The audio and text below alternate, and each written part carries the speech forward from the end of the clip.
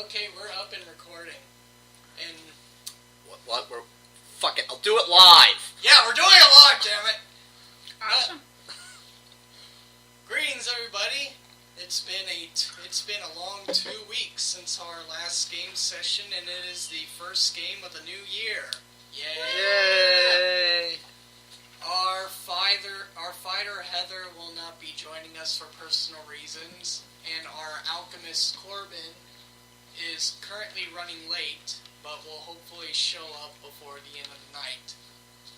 So as far as Corbin is concerned, he is visiting the Pathfinder Lodge. We have our... Are there any girls in the lodge? I want to do them. We have our flower-adorned mech made of Legos. Yeah. And we have our little chocobo holding a book. And yes, this is all true. We really do have a mech suit made out of Legos with a bunch of flowers around it, and we really do have a stuffed chocobo doll with a book. Yay, Christmas. What book is it reading? It's written in some language, but it does have the pictures of a cactuar, and I don't know what the other two are.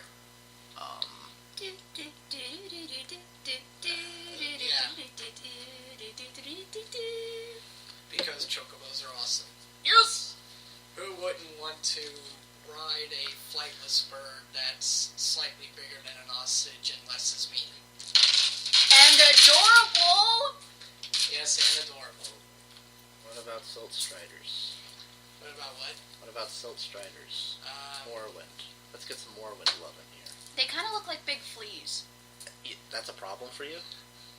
Point. You have to remember that because my parents never got PCs that were capable of gaming, I missed out completely on Morrowind.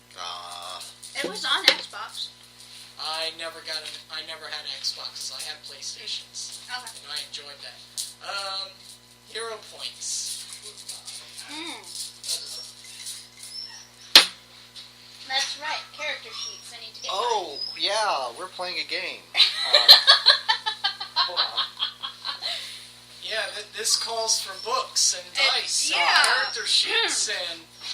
Look, Corbin is here. Hi. Pathfinder Society. You really didn't miss me. So. Yeah, We're not. we actually just got started because we kept having rousing conversations about his flower-adorned mech warrior. Yes. And a chocobo. And chocobos. The legs move! The legs actually move!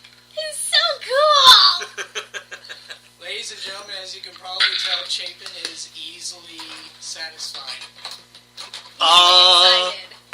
Yes. Easily excited, not easily satisfied. Those are two separate things. Entirely different. But besides, you being a married woman, I'd hate for Alex to hear that I somehow satisfied you. That would not go over well. Probably not. Probably not at all. Yeah. Even in a joking manner. So, And due to my own inane laziness, depending on how far we get into this second chapter, there may have to be a bit of quick fumbling by the DM to get one of the maps prepared. But again, that all depends on just how quickly we get into this chapter. So in other words, we need to move fast to make you struggle. Pretty much, it's like I already have the map itself because I copied my last roll-trying page. It's just I don't have all the enemy tokens and whatnot set up. awesome. Quick, while the area isn't loaded. But anyway, hero points, everybody. How many right. hero points is everybody? 8. Yep. I have no idea how that happened, but there you go. You're a hoarder. Maybe. Let's see, I got 2, 4, 6, 7, 8. Here, she gets a mixed match. Cool. How many will? Tea and blood. 5, 2, 4, 5. And Corbin. Here, I'll trade you those 2. 3, 4, 5. That works. Yeah. Now I'm all blood. Blood's for life, man. So am I like blood and pus then? Yes. Hey, we don't judge. Whatever. Because you were the one who almost... No, wait. Were you the one who almost slit their throat out? Yes. Yes. Yeah. You were the one who almost slit their throat out. That would have been very nasty. It would have. Yes. Would have been funny as shit. So... Kind of would have, because I'm already kind of bored with this character. But oh well. Because you're what? I'm already kind of bored with this character. He's You, kind of you lame. heard him. You heard him. We need to find a way to kill him. We need to die this session. I don't care if it's just pure dialogue going to the shop. Corbin's mixing his potions and he just accidentally puts that one too many drop in. Who would have known arsenic would have been so deadly?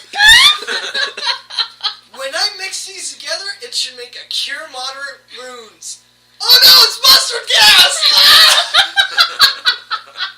Who knew such a tiny amount made such a big difference? Oh, yes. So, we're back at Sandpoint. It's the night after you all had your rousing journey through the haunted mansion where you killed an undead foxglove, freed his wife from her vengeance, and got word out to clerics in Magnimar that the place needs a bit of exercising. Yeah. Which was also taken care of because reasons. Okay. They were just waiting. They have an exorcist team, like, ready to go. Yes. I'm going to need to borrow dice from somebody. I got plenty. Yes. Okay, And that's so good. does Will. Oh, let's clear out that box so we actually have something to roll in. That would be a good idea. Certain people had dreams, certain people had letters, and Link is not here, and so far. Speaking of which, I go back to the mansion and plant the seed. Right. Do you go back alone, or do you take anybody with you? I definitely take Theodora. Okay. Is anyone, like, there? Because you are... Let me just Yeah, say I take everyone. Let me just say that going to Foxglove Manor would be on the way to Magnimar. Okay. Since you have to go south and... Then, Fox- as we're going to Magnimar, I take a detour, or a slight trip, and... So, before we depart from town, does anybody wish to do anything while still in Sandpoint? Other than make money. Make money? Yes, we will make all of the monies. He means literally make money, like counterfeit. Yes. I need not a fork, pencil. Hey, either one. Yeah. They both work. Yeah. Get out of there. Get out of there. Corbin is working how to turn metals into gold, so yes, make money. I think he just got gets the special gold paint from the store, and you just get some wooden coins. It's another way. Theodora will so help with that.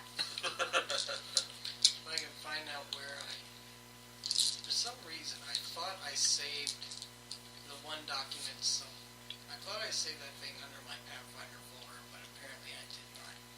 So I have to quickly look through the recent stuff. The adventures.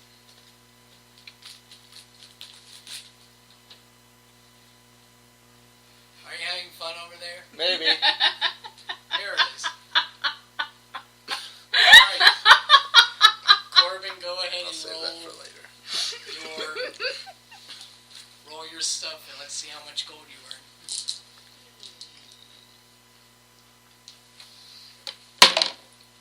Alright. You just 15. rolled a 12 too. A D12 by the way. Oh, did I?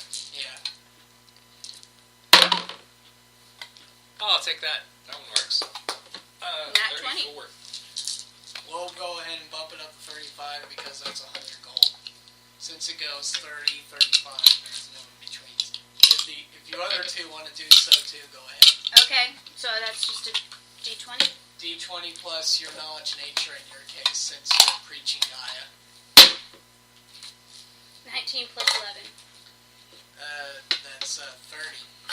So you get 75 gold for today.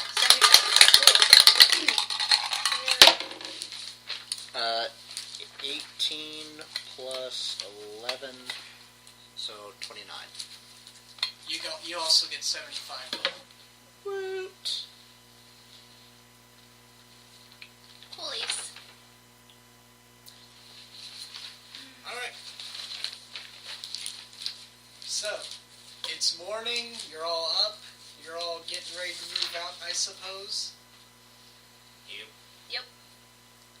I think looking at this map, it's probably a day or so travel between Sandpoint to Magnimar. So let's get you. So I guess you get horses, right? Since you all pretty much get horses for free. Yeah. Speaking of which, where we are, where would Magnimar be? It's East, north, south? south. It should be South. the other city that's circled. I see. We're all the way up by Magnimar Forest. And, okay, there we go. Doop. You should be on this world map, right? Yeah, you are. Yeah. Doop. So yeah, you're all heading to Magnimar. You're all on horseback, and where you're going. Does anything happen while I'm planting the seed? No, even though the exorcism still happened, the house is still standing, and the land around it is still practically dead. So, and the crows are gone since Vorpal Foxglove is gone as well. So they won't be bothering you. Okay. Cool. And when you plant the seed and water it, a bit of divine intervention happens as the sapling quickly grows into a small-sized tree. The Great Deku tree? Sure, why not? Yes! Deku or Deku or Deku? I'm not sure the Alright. proper pronunciation. And, Will, if you hit that link, that's going to pretty much show you what happens after the tree sprouts, just because I think Okami is a great game, and this is one of the best scenes from Okami. But my computer goes really slow. Okay, So. okay, hang on. Maybe. Is it work? Oh man. shit, son. Oh man.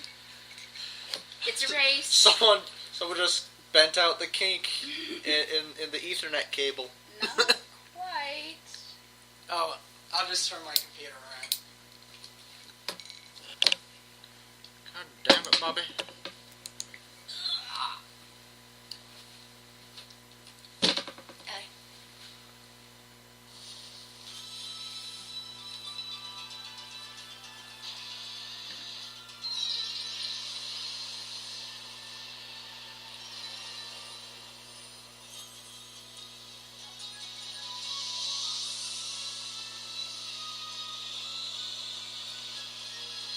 So the land around you becomes back to life. Tale as old as time.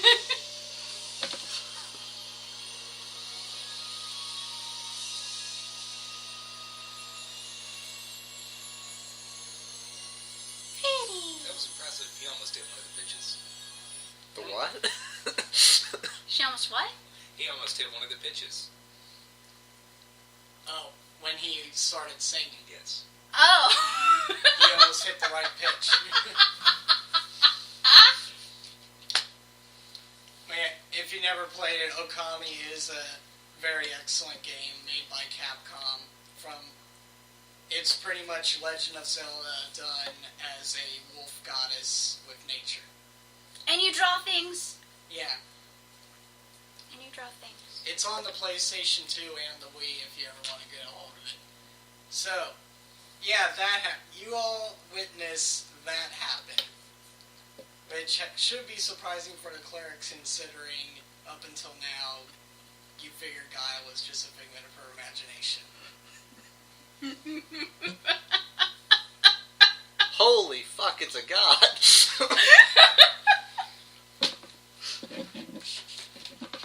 Yes, it's what I've been saying this entire time.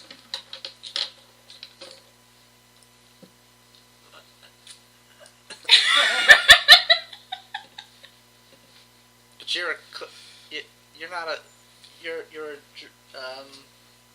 if you're a, and that's a, hold on. Somehow this is hard on him. But, what? I worship Gaia, the goddess of nature. But, she's not, you're allowing this? It just kinda happens? They very much are. And that's when the cardboard cut out a god. Yes, we are. Now get on with it. Righto. I thought there were rules about this kind of thing, and I guess if no one wants to follow the rules. So, continuing down the path of the Lost Coast, when you make camp, who's going to How do we find it? I'm going to throw this at you. A D4 has a pointy end, sir. When you make camp, how's the watch going?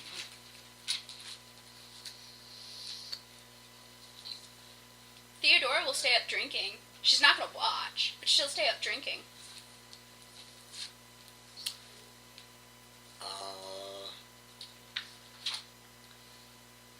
Stan will stay up first, drinking his Earl Grey tea. What? You think it's Earl Grey? Engage. Who wants to go after that? Corbin will take second watch. Lucy will stay up, or get up early. Sweet. Alrighty. Because nobody here is elves, that means everybody has to take an 8-hour rest. Nobody wanted to be the pointy ears.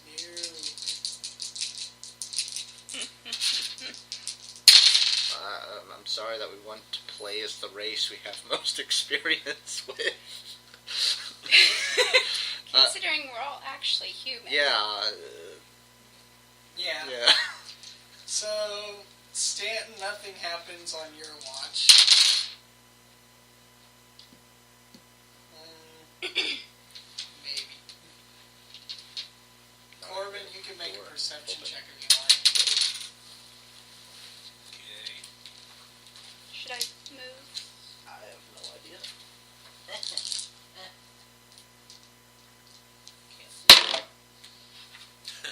I did it again. Wow! Nat 20! Yeah, so 20, well, depending on what I'm observing, 28. 28. I'm pretty sure a trap is not going to sneak up on the party. You never know. Yeah, you never know. It's a tarp! They're great tarps. They wander the landscape and spring up. What did you say your Straight out of the perception Cave of was? Wonders. 28.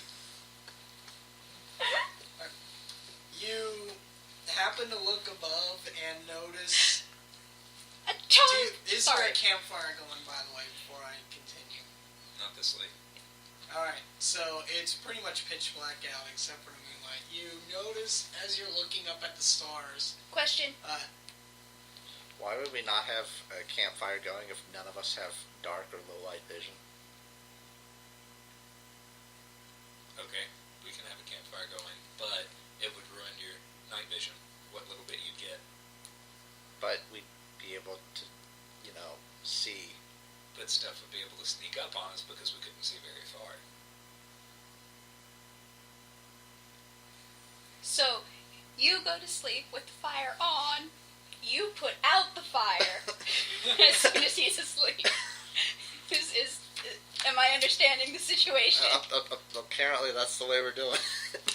So, You're looking up at the store. You happen to glance up at the stores, and you see that some of the stores get blacked out just for a minute, as if something flew overhead.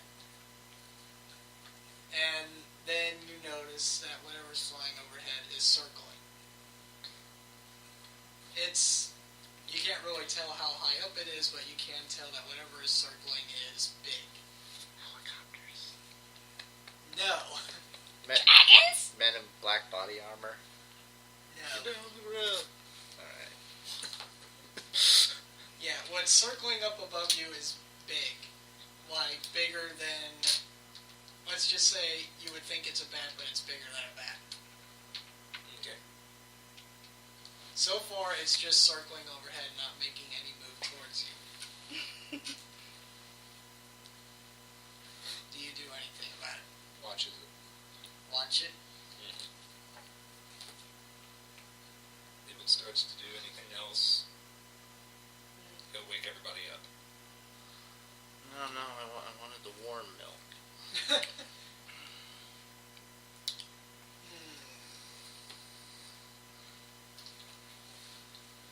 You'll start to realize that it is beginning to fly lower, and you're able to make out its features more, that it is a dire bat Okay. circling your camp. And wake everybody up. I wanted the crumpet. What? Who? Time already. Look up. Knowledge nature? You're up or my up? If you, yeah. Sorry. 13 plus 11? So you recognize that it is a dire bat. There may be a cave nearby that it came from, or else it wouldn't be this far out. And since it's circling around you, and you know that the nearby farmlands have pretty much been wiped out as far as herd and cattle go, thanks to all the ghouls, you may be its prey right now. Oh, that's so cute! It's trying to hunt us! Wait a minute. That might not be a good idea.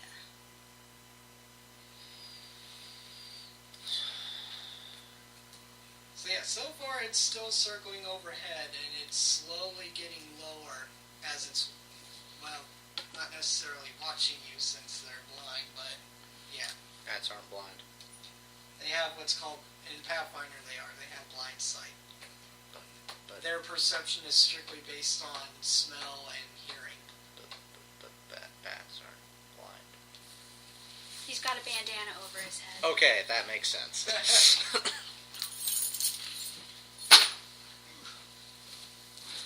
Okay. Theodora. Wake up, Theodora. No.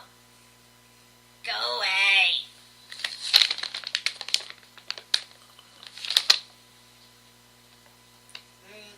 Okay. Let's see. 1, 2, 3. Oh, 4. So, Stanton, it's dive bombing you now. Okay. So this is going to be against your flat foot.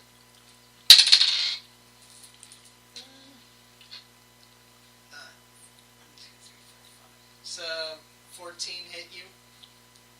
Nope. Nope. So you manage to duck it as it swoops over, Alright. and it goes back up in the air circling again.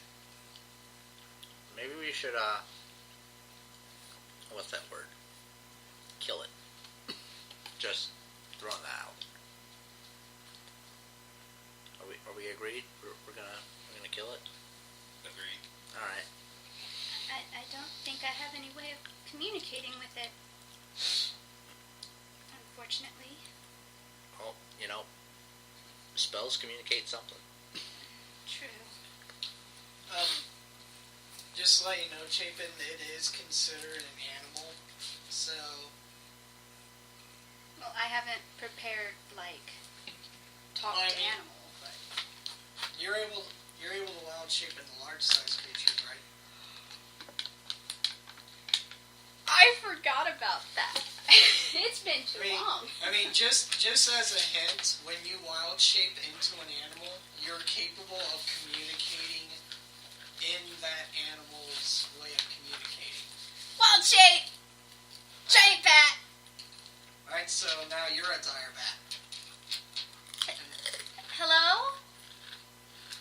It just pretty much says, hunger. Let us feed. This isn't a good place to feed. We taste bad. They taste awful. I've already tried it. We're loaded with parasites. Loaded with plenty of parasites. It's very bad. High parasite loads. Very bad. Must feed, nothing else near. Blood is so warm. I'm sure we could find something. The tiny dragon looks tasty. She's really not. Do you try to lead it away? Yes. Where do you lead it to? Well, you said all of the farms have been. So I try to find Whales. That's a good idea, a whale. We're right off the coast. So you lead it over the ocean. Yes. Alright. It has fun grabbing a jumping fish then. Awesome. Congratulations, you all got yourselves out of a random encounter by the druid. Which is good, because we really didn't have a plan. Hey. And that all wasn't planned out either. That was just me being random. So, yeah, after that little incident, nothing else happens the rest of the night. And you're all going to get... Just so I can get that down before I forget. How long? 1 hour per druid level. Yeah, so you can stay that way for 7 hours. Yeah, I stay that way, I guess until day, and I hang out in a tree. Alright.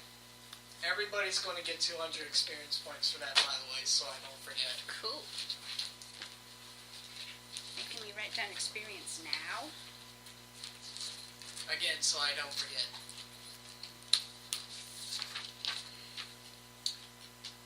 So, the next day, you all start to come up on Magnimar.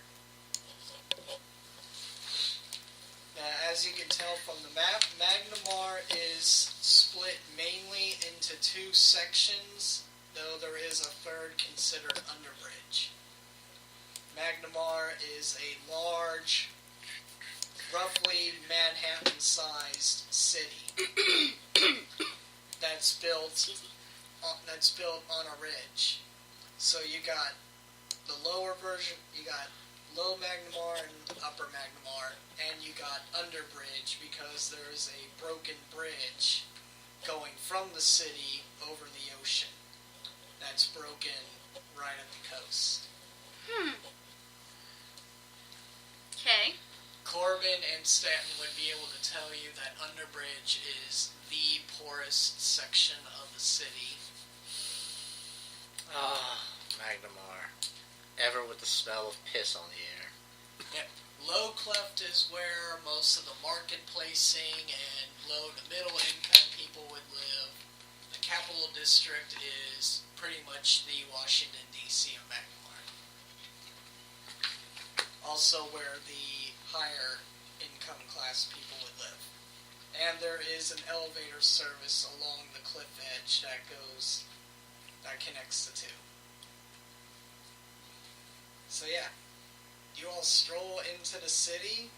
The streets are heavily populated with people going about their business, and since this is a large city instead of a different village, the air is very different.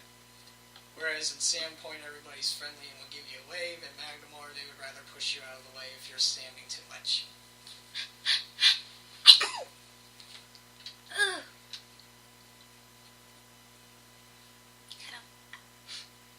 I don't like how it smells here.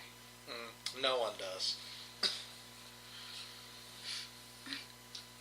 So yeah, you're all in the city. What do you wish to do? Go about your business. where do we enter? That should be another question. Well, the Lost Coast Road, which you all were on, leads you into the Capital District area. Oh, so we don't have to worry about trying to find a clean bathroom. Because No. if we came in like the lower cleft, you don't want to go in there. It's like a recreational activity to smear shit all over the walls. It's bad. Why would anyone do that? I never did, but That we know of. She gives him a strange look. and by the way, I'm not kidding you. When I was on a vacation to Philadelphia, we took like an L train into the city. The station we got off at, my sister went into the bathroom. She immediately walked out because there was shit smeared all over the walls. It was bad. Must have been people on drugs or something. I don't know. Because that's just fucked up. So, That's yeah, weird. yeah. So, What's like those people who like clog toilets on purpose in public bathrooms? I don't get it. But anyways, so anything that that we've experienced negatively in a city, it can probably be applied here. yeah. Although you are in the upper portion of the city, so everybody's high and mighty. Okay. This is where mainly bankers or the business owners would be, or anybody who does dealing with them. Well, And you they're may shinies? be here for a bit, so Corbin suggests we set up at the Pathfinder Lodge. I think that we should find the local Abadar temple. They may be able to provide us some rent-free lodgings. I happen to have some pool there. Is there a park anywhere? A central park-like area in the lower cleft. If you can see on the map, there is some green. Since it seems like we're splitting the party anyway. Which seems to be called Our Lady of Blessed Waters. The largest public restaurant. Maybe not the park, then. Yeah, you would definitely feel out of place here. Oh, yeah. Since all the streets are paved over with cobblestone and there's hardly any foliage whatsoever. Save any random window plant someone has placed out. Do you think we could camp outside the city?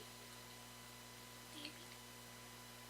You mean where all the pickpockets and thieves stay, watching trade go in and out of the city? They like to do that. They like to hang around the checkpoints along the roads, listen in and see what people are bringing, what they're taking out, so that they know their marks when they leave. I'm just going to be uncomfortable the entire time we're here. Yes, that's... now you know what living here is like. No. It will just be for a short time. Okay. Okay. Yes. So I think you all were still deciding on where to stay. I'm just going to sit back and listen. The temple would be fine. We go to the temple. Awesome. Since Abadar is also a god of cities, the Abadar temple is one of the bigger temples within the city. It pretty much stands out. So think grand, or you describe it. You're the Abadar person here. I'm assuming that even if you're not Catholic, you've at least seen cathedrals, Gothic architecture and whatnot. That's probably the way that they would, construct their temples, because a lot of math and science goes into making sure that Gothic structure doesn't fall down. And since Abadar is all about law and order and everything working together efficiently,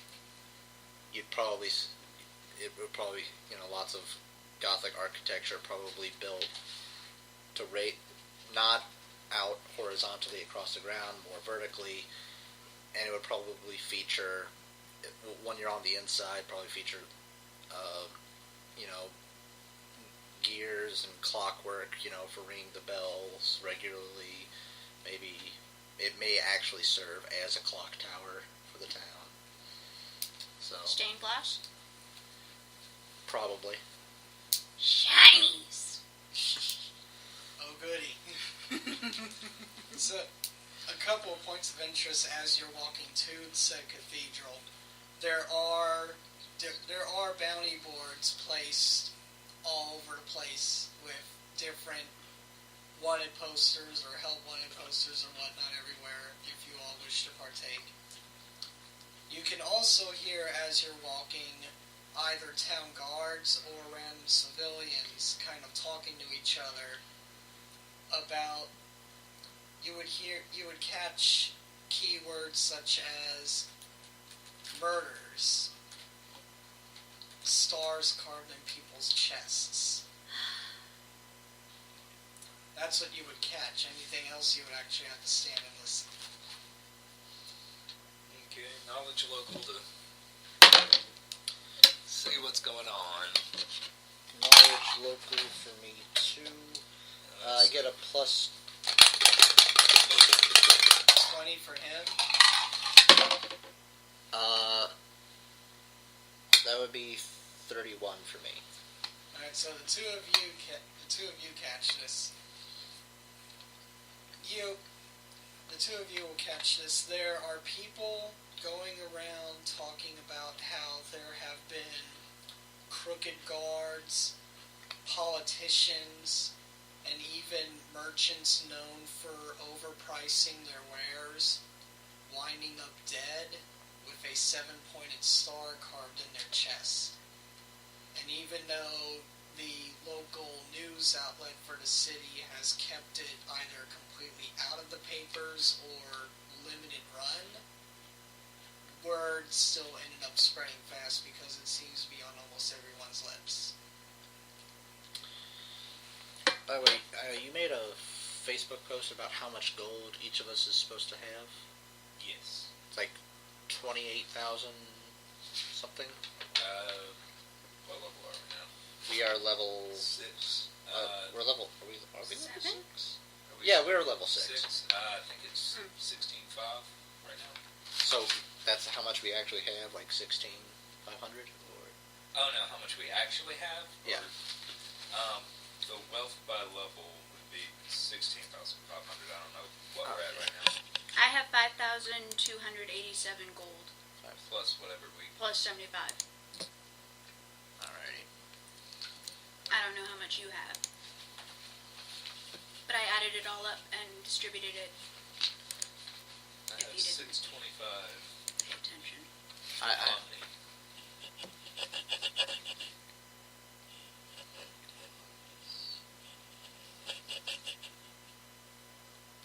Anyways, go on. I'm gonna look through the posts. What we're all doing. I can't look through the posts.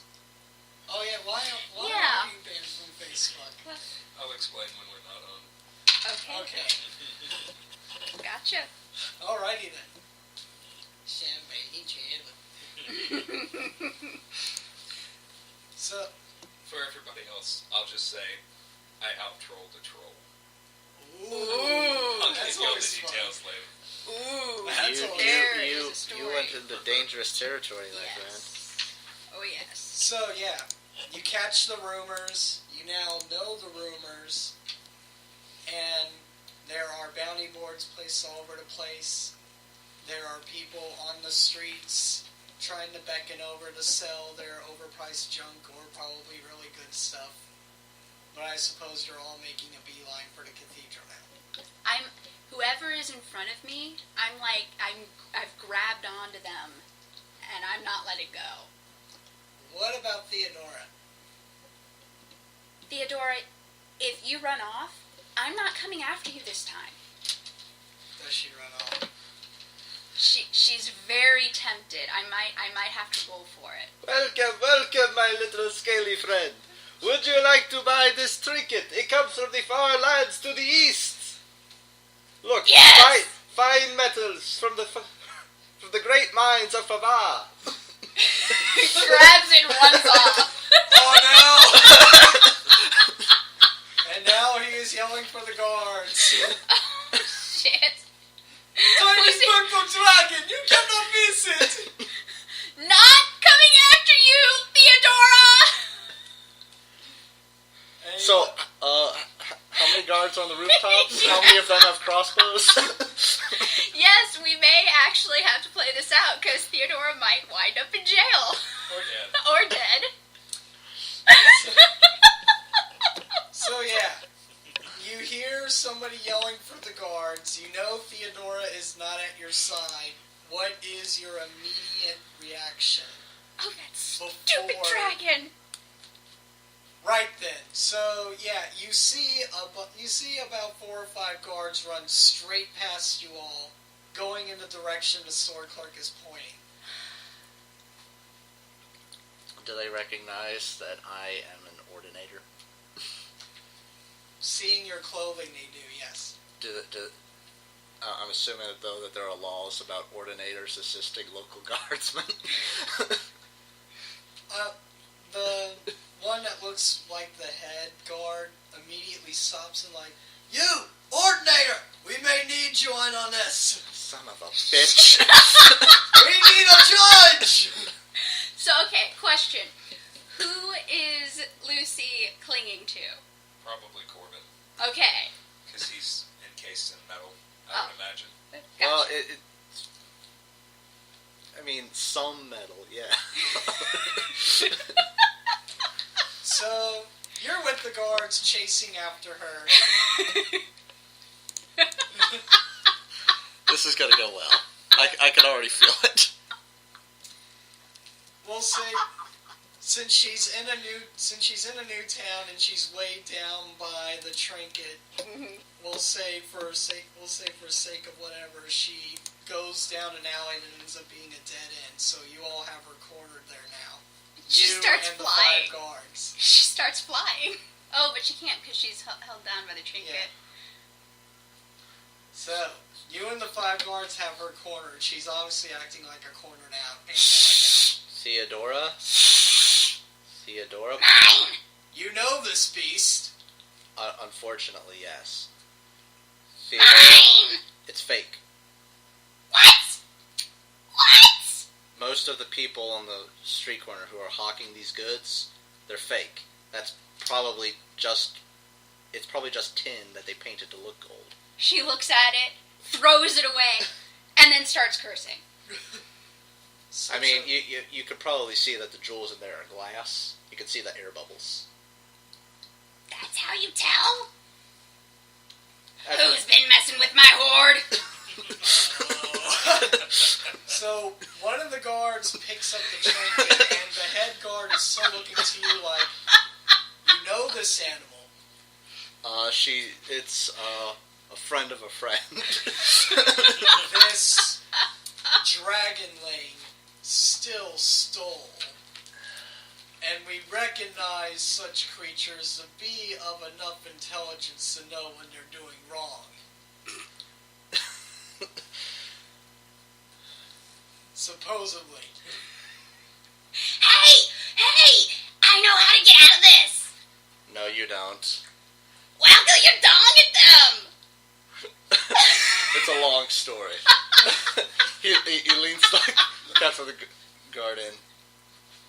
Yeah.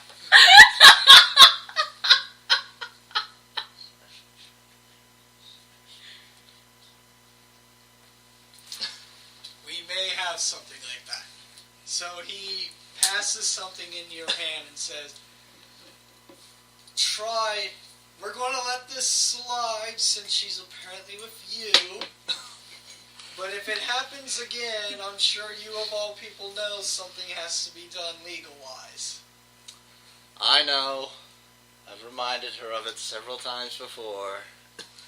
"We shall return the goods to the merchant. and try to keep him from causing a ruckus about wanting to press charges. And they all turn and leave. Corbin flips him a gold coin to give the guy. At the merchant? Yeah. Okay. So the merchant takes the coin and the guards are handling him. Theodora wraps around your neck. Do I have it with me? Yeah. That was good! Oh, Thanks! there we go. What was that? That's a nice Theodora. What was that? Specially shaped manacles to keep you from flying. Another string of curses. So, until the manacles are removed, Theodora is effectively grounded to her 4 feet.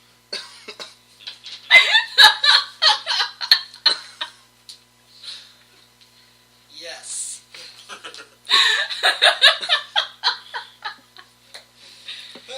She doesn't stop cursing until further notice.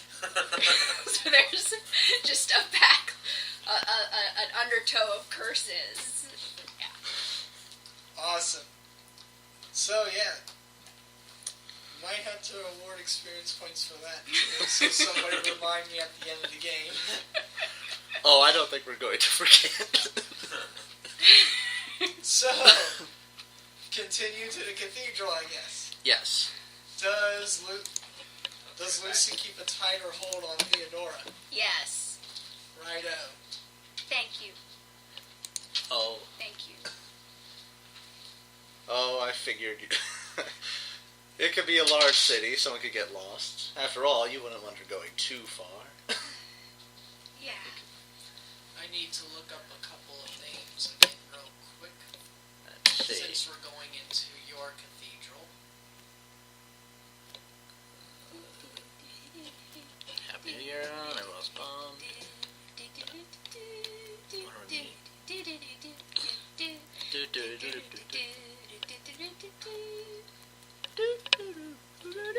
I see. Esther's sister. I also need the first person message. Let's see, just because this is interesting, looking over the available non-3D showtime. Need more tea. Oh, standard. Talk amongst yourselves, people. We got people doing bathroom breaks and drinks. While the DM is looking up past names.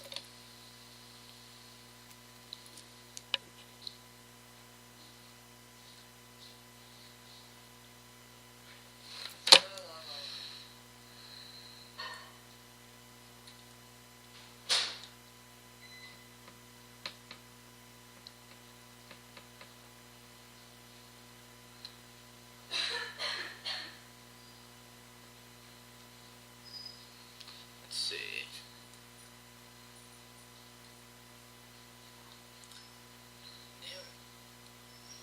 Alright, here's the post I was looking for.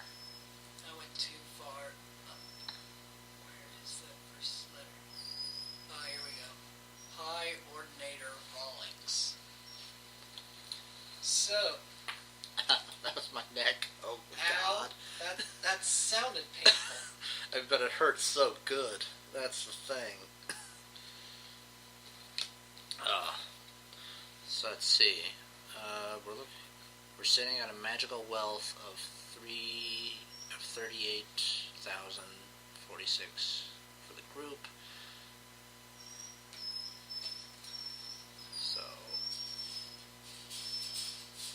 Axe to the face, because nothing says hello, how's your day, like a 15-pound axe to the face.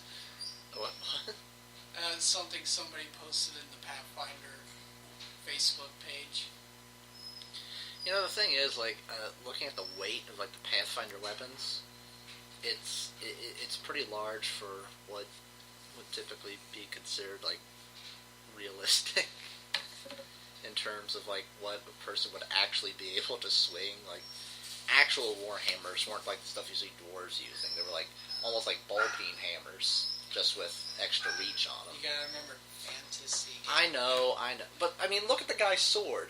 Look, there's no way you'd be able to swing something like that. Well, you, like, take one swing and have to, like, spend 5 minutes getting your breath back.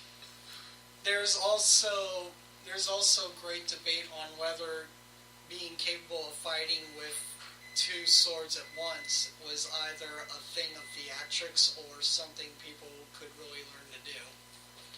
But didn't they make actual documents and manuscripts, detailing how one could fight with two weapons, like actual like Florentining, because it was originally like a manuscript that was written and found in Florence. Possibly.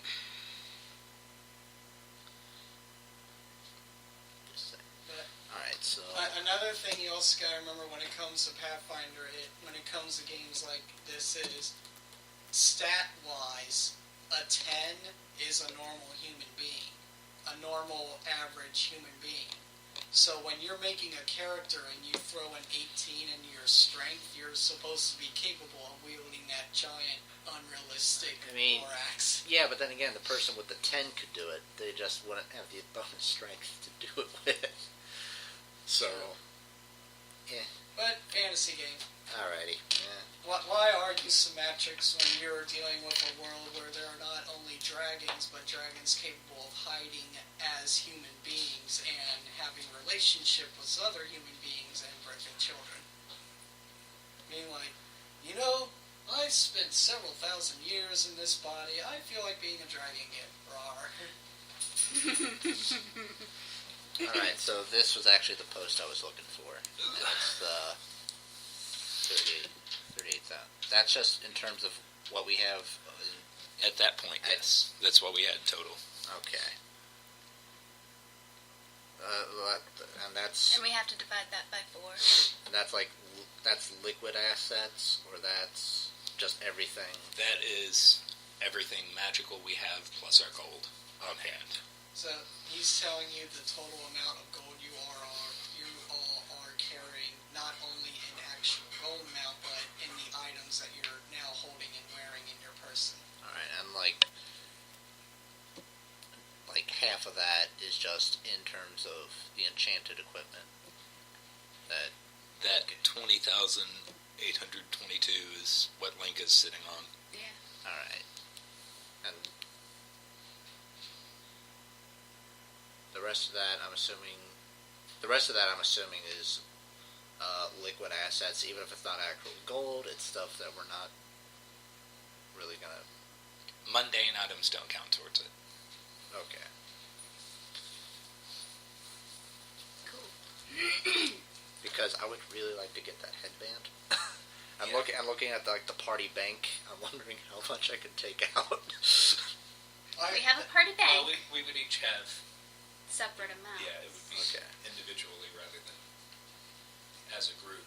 That's why I said that there's those bounty boards placed all over, so while you're all still in the middle of figuring out the rest of this murder investigation, there are quick things that can be role-played through mainly in order to earn more gold or items. But that all depends on what your characters feel are more pressing at hand. But you come into the cathedral, and it's just letting out as you see High Ordinator Rawlings at the head of the temple, clearing off the altar after everyone else is leaving. Stealing from a church, really? We can afford it. Oh, the shinies! No stealing from a church. Don't let me have any fun. I know. I'm just a boring old man. Very. Ordinator Rawlings. I see that sitting behind a chair doesn't suit you. He looks over and smiles, opening his arms slightly, like, Stanton! It's been such a long time since you left us. How has Sandpoint been treating you? The air is better. Less selection of food, though. So I've heard. Did you take care of your little nightmare problems? Yes, I'm sleeping a lot better now. Thank you. That's good to hear. Good to hear. What brings you back to Magnimar, and who are your friends? Well, we all met in Sandpoint investigating these murders they were calling the Skinsaw Murders. Yes, we have actually heard of such things even here at Magnimar. We seem to be plagued by the same instances as well. A 7-pointed star is left carved in the chest of the deceased. Yes, we figured out who our murderer was. It was a man of the Foxglove family who had recently taken up residence in the local manor. We have reason to believe that he has connections with people here in Magnimar.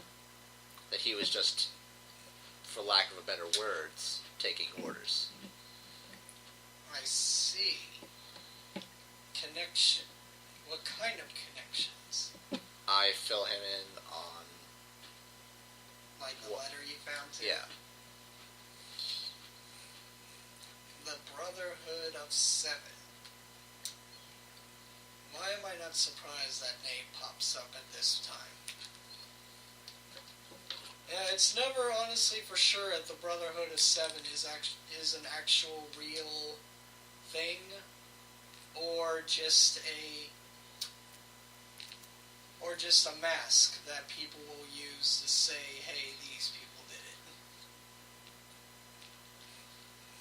But now we got this letter here written by somebody calling themselves the Mistress of the Seven. Rather odd. Well, have you looked into it yet, or did you just come straight here? We came straight here first. Relatively straight. Well, we have had a few side distractions. We were hoping if you could fill us in on the lay of the land. We've been out of town for quite some time. I can tell you much, but I'm sure your sister can tell you much more. She seems to be flighty lately.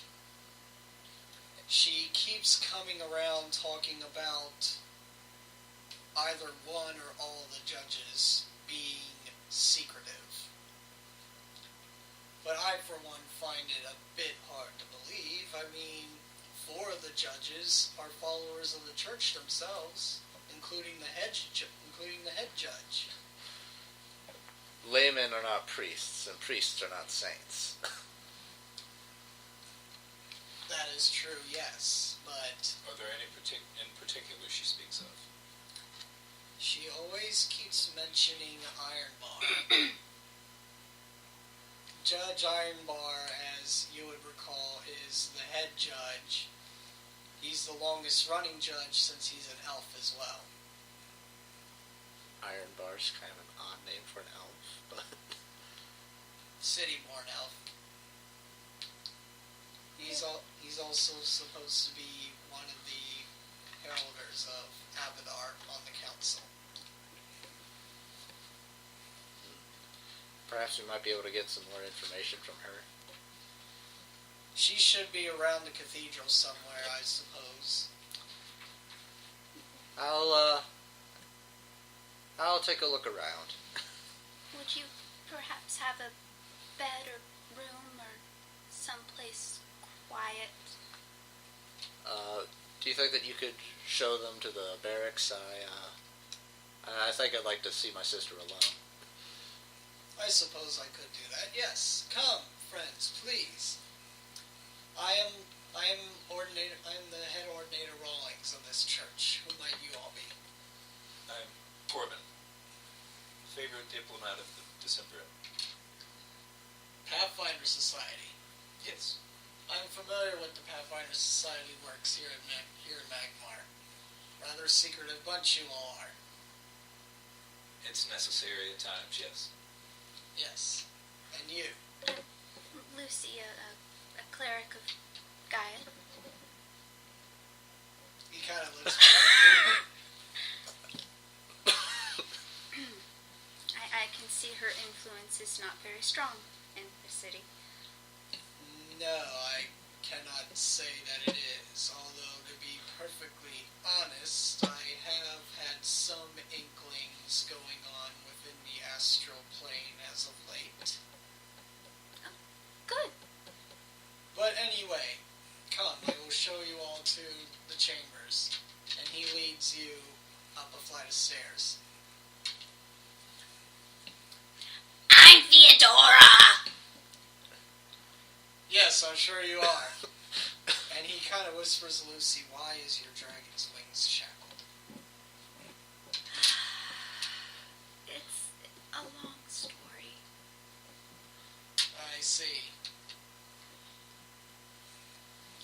You would probably find Esther outside in the church garden.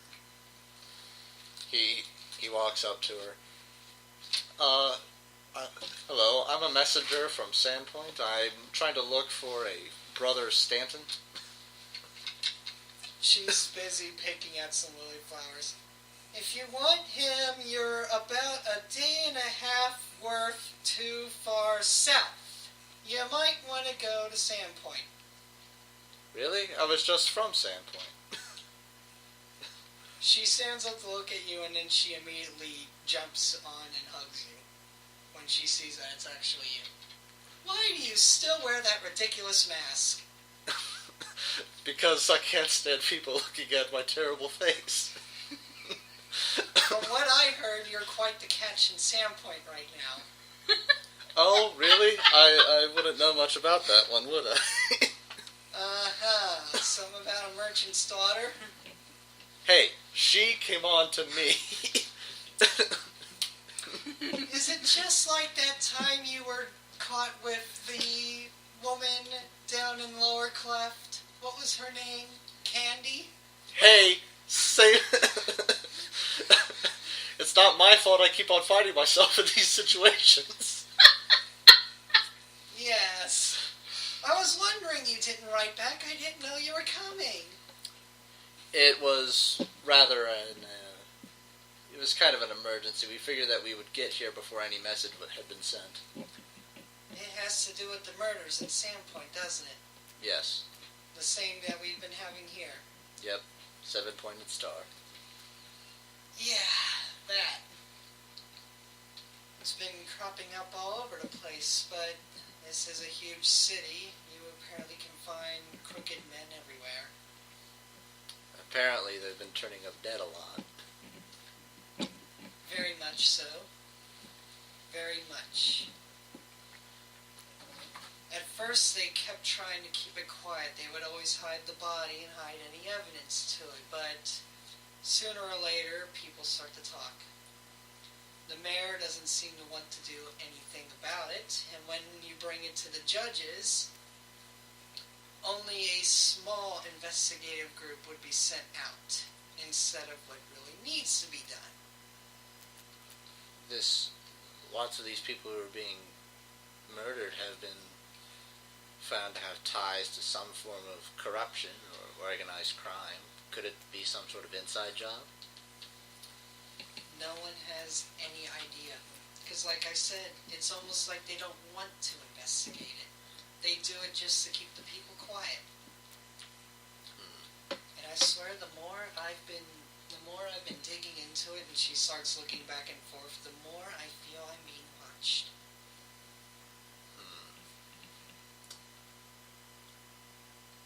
Do you think that this might have any connection to the suspicious activities you've seen with the judges? Yes and no. Only in the sense that the judges should be the one doing something about it. But again, the majority votes seem to go towards other manors in the city. I've even tried going to Lord Ironbar about it. And though he says kind words, again, his actions say different. You said that it seems as if no one wants to investigate these. Do you know of any city investigators who have been called off the case, who have actually tried to? Many of the leads have, yes. It's been handed down basically to new ones. People who are very ill-experienced to be looking into murder cases. I think I might try to get in contact with one of the veterans who was pulled from the case, figure out what sort of circumstances pulled him away. You do that, and try to be careful out there. The Me? streets are rather violent. Me be careful? I'm the one who just arrived in town. I'm the wild card at this point. I'm worried about you. I've been staying here mostly now. Have you considered leaving town? We could always use more people over in Sandpoint. I don't know if you've heard, but I've acquired quite a flock. Yes, I have. Again, you can't seem to keep the ladies off you, can you? It's the mask. I'm a charmer.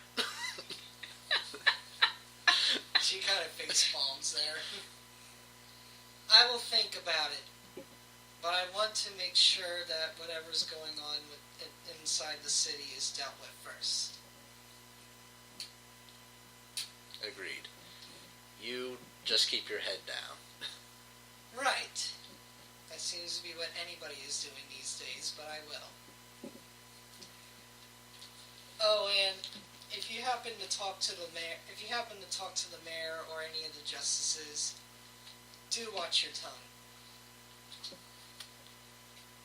I know. I know who I can be a smartass around. Right. Oh, that's good. Well, Almost getting us kicked out of an orphanage. Correction, I did get us kicked out of an orphanage. Oh, yes. And it was the second one you almost got us kicked out of.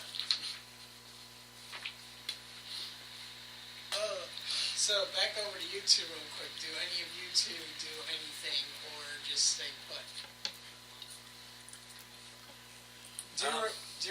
Just in case any of you forgot over the 2 weeks, the letter that you all got did speak of Foxglove having a townhouse here in the city.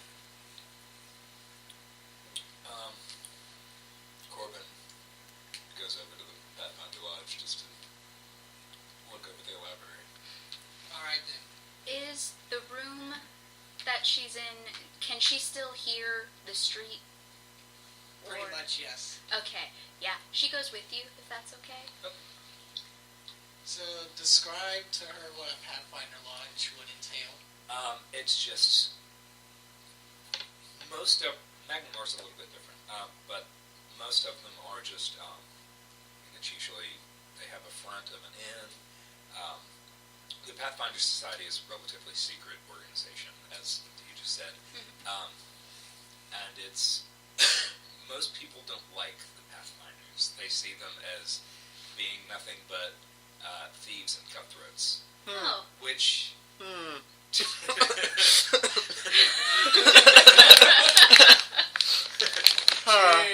kind of place!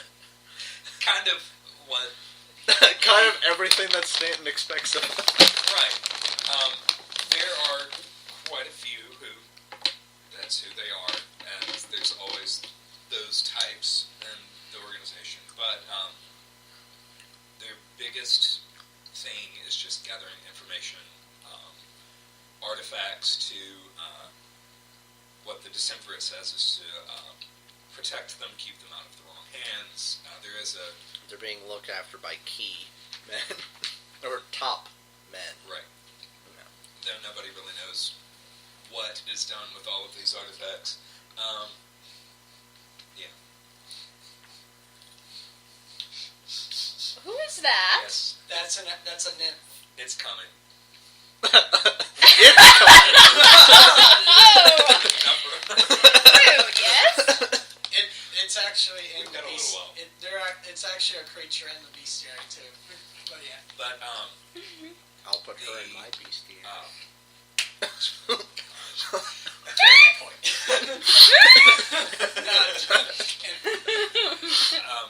But the Pathfinder lodges are, and it's essentially what you would expect out of a guild hall. The one in Magnimar is smaller. It's much more inviting.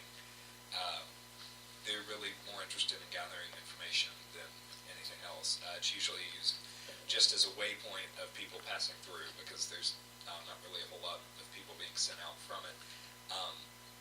They've got a pretty significant library of information. Corbin sent off for information from it before.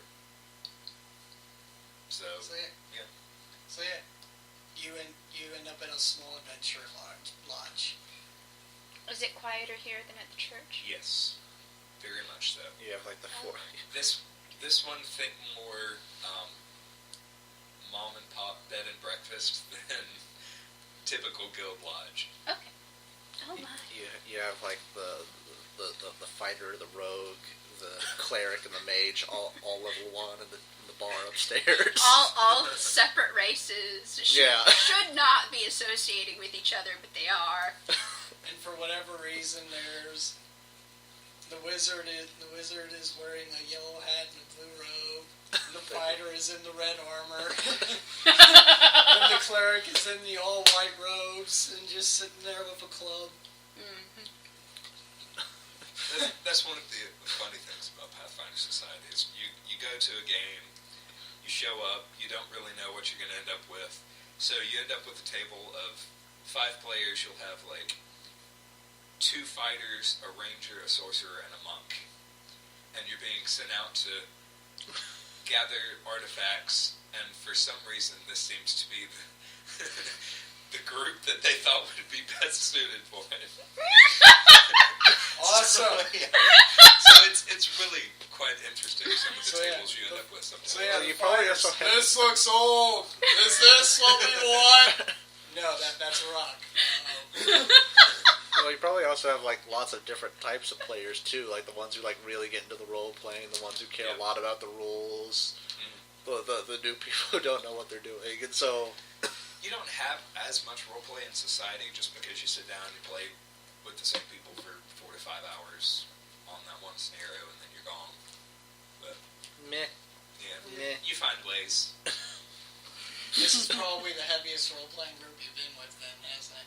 In a long time, yeah. Yeah. Awesome. I think the last time I did a campaign was 2010, so it's been quite a while. Wow. Yeah. At this lodge, I have the adventure path at home that introduces the owner of this lodge, but I don't remember her name. I don't remember it off the top of my head. Can Amiko just like somehow be in all the bars? She's like the Officer Jenny. Yeah, there's a woman that looks exactly like Amiko running their bar. But this woman who Amiko? No, I'm Mika. I'm her cousin. Her twin cousin, just like the Jennies and Hope. Just like the Jennies and Joys. Wow. How... You look remarkably similar. We've been told that. You want to see a picture? Yes. She points to a huge portrait of a whole... These are all our cousins. Mind blown. How is there a picture when there are no cameras? I said portrait. Portrait. Painting. Okay. Painting. Yeah. But whatever her name is, I do know she's in like a green gown. She carries a staff. I think she's leveled as a wizard of some kind. She's the one that comes over and greets you all like, yeah, welcome to our humble Pathfinder Lodge. She kind of recognizes you. She but would she's immediately keeping quiet. recognize Corbin as a Pathfinder because he always has his Wayfinder out. The Wayfinder's their But since she doesn't know, badge. since she doesn't know her or the extent of her, she's keeping quiet about recognizing you. Welcome to our humble Pathfinder Lodge. We hope that you all feel welcome. Feel free to drink at the bar, eat, be free and merry. I like it a lot better here. Can we stay here instead? It's quieter. Perhaps we'll speak with the rest of our party. Oh my God, there's Okay. a girl over there. There's a girl in the bar. I gotta go do her. No, you're outside with your sister. No, the fighter. Yeah. 30 girls in the bar. I wanna do that. And since the white mage is always a female, she bumps her on the head. Bump. And then immediately cures him. So yes, please, eat at our bar, drink at our bar, feel free to mingle about, we're all friends here. Okay. Thank you for your hospitality. Yes. I shall be around if you have any questions. And she kind of glances at you as she's Could you stepping. point me in the direction of your library? Oh, last door to the left. Thank you. Okay. Lucy follows. If this is a secretive organization, but would they be okay with you just openly saying, hey, show me your library with 2 unknown guests with you? Wayfinder. Secret badge. It says, I'm part of the society, I do whatever. But just because he trusts these strangers doesn't mean that she does. Yeah, when you're... Like I said, this group is much more open than most Pathfinder lodges would be. Okay, they kind of just brush over the paperwork. Like, oh, yeah. Yeah, this would be that kind of... Yeah. Gotcha. So even though she's following you back, she doesn't really say anything back. So she goes back to her business. Wow, they have a library? Most lodges have some size library. So while you're both in the library, what is Stanton doing? For one, asking Rawling for the hell they went, because... We left a note Okay. that we would be at the lodge. He's like, oh, they... Too noisy. Leaving now. Yeah, they left this. Your druid friend or cleric friend, or... I'm going to have to explain this to you later. But, believe me, weird stuff's going on in the astral plane. Anyway, they left that note. She was uncomfortable here. They're going to the Pathfinder Lodge. And I see that Theodora has still not stopped swearing. Your dragonling has quite a mouth on her. I'm aware of this. I can honestly say that I've never even heard of chromatic dragons being so foul in their language. You know, I didn't even know that a lumpasker was a cuss word until I met her. Lumpasker. I believe it's gnome in origin. Most likely, but you can never be too sure with the gnomish language. By the way, Theodora has stopped cursing in order to look up a book of swear words. So Theodora is pretty much going to find the Elven the Common Dictionary, the Orc the Common Dictionary, and so forth, and she's just going through, let's see, how do you say fuck in English? Exactly. Come In on, all the different languages. you're telling me Aquin doesn't have the C word? What's going on here? Just like our very first day of German class back in high school, we all got our teacher passed out a German to English dictionary. We were all like, so, how do you say shit in German? It's like, oh, I already know that because I watched Austin Powers. So yeah, he hadn't seen a note and all that.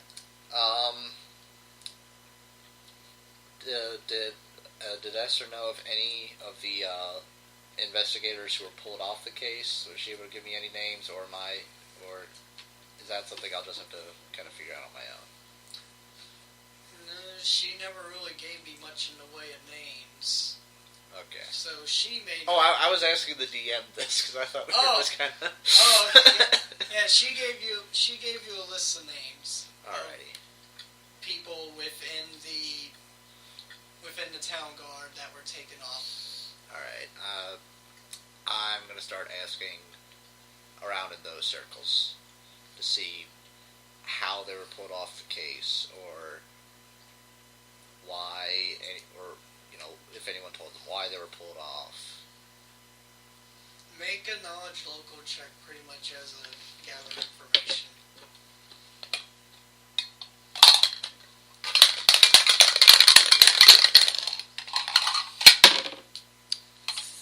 13 plus knowledge of 13.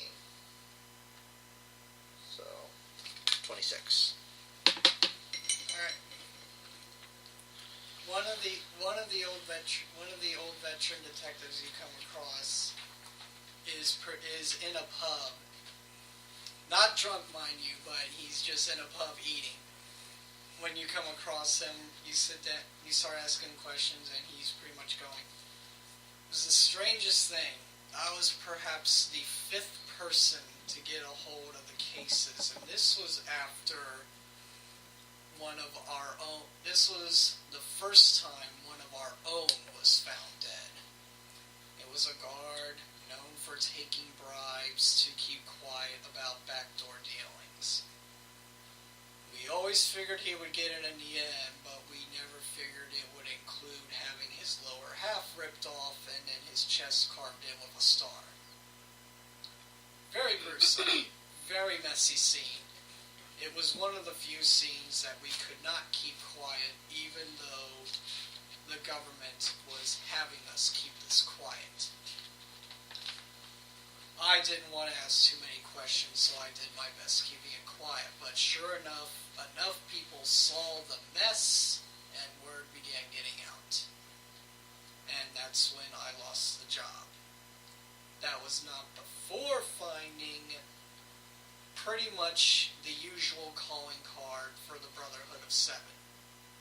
But, as you very well know, when it comes to anything dealing with the Brotherhood of Seven, it's a give or take. Because it's most likely just a bunch of people doing random crimes, placing the calling card on the wall, and then it's nothing more than a wild goose chase.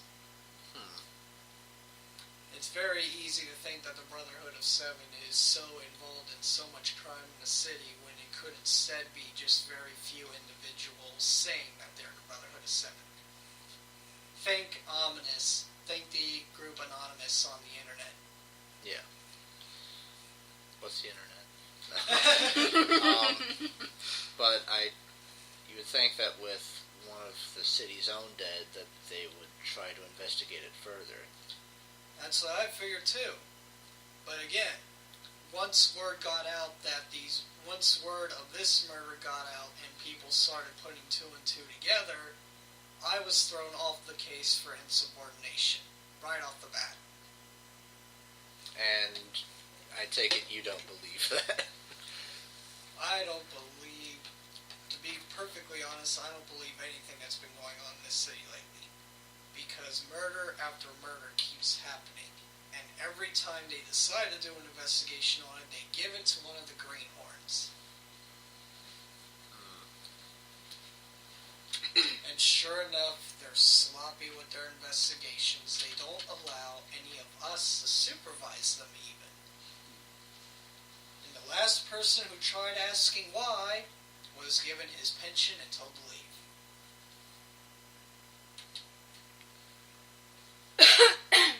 And would you happen to have any information on how high up this goes? Well, no. I'm hazard to guess that it could be the Lord Mayor, because everybody knows he's crooked as a star. Yeah. Many people are beginning to believe it could be one, if not all, of the judges. But if any of them are as corrupt as the mayor is, what hope does this city have?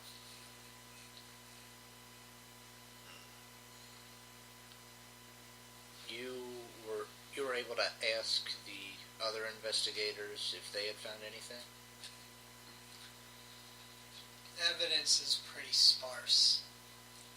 From what I'm able to gather, all we know is every dead person had a 7-pointed star carved into their chest. There's some evidence linking to the Brotherhood of Seven, but again, nobody in the government takes the Brotherhood seriously. And apparently everything that's been happening here was also happening at Sandpoint. Which means we have multiple killers spread out all over the place. There are lots of crooked, corruptible people in government. So I don't think looking for a pattern of corruption is going to help. Is there any sort of common background that these victims had? Well, yes. I mean, the guard took bribes to keep backdoor dealings secret. There was a few shopkeepers who would always either raise their prices up on people or do under-the-table dealings. There was a man who kidnapped women off the streets and turned them into working girls that was found dead. Pretty much everybody who was found murdered was always somebody doing something for money under the table.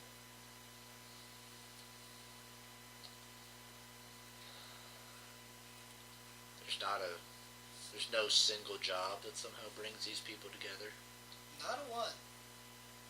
Everybody was pretty spread out. It was just it all came down to greed. And apparently always been greedy people.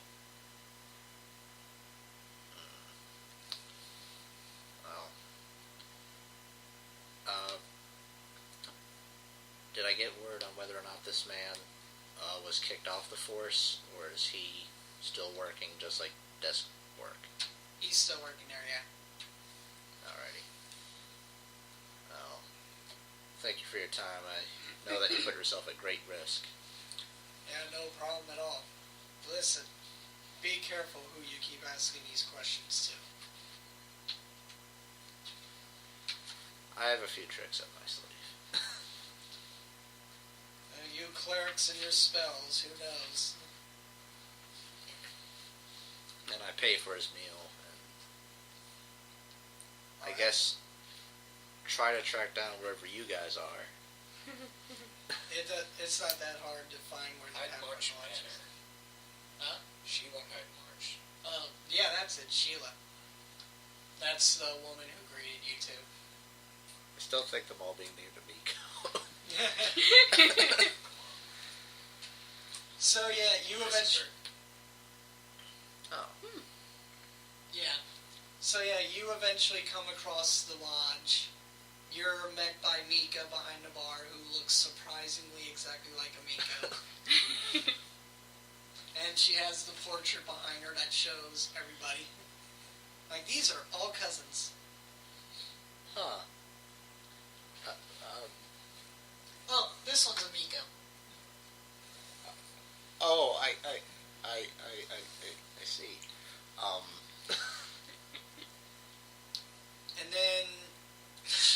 And then Sheila walks over. It's like, welcome to the Pathfinder Lodge. We hope that you enjoy your stay here. Eat, drink, be merry, have fun, all that good stuff. I'll just get something light. I'm waiting for a few friends to show up. Corbin is An alchemist. shown up at this point. Claims him. Okay. He's with us. Bloody locks! That's one! Yes! Please ignore our dragon. Yeah, so I'll do that. And she wanders off again. So, the three of you are at the bar now. Okay, so no, Corbin and Jessica. I believe our friend would be more comfortable here than at the church. They do have lodging that we can stay in for free. So does the temple. It's quieter here. We would have an individual cottage here.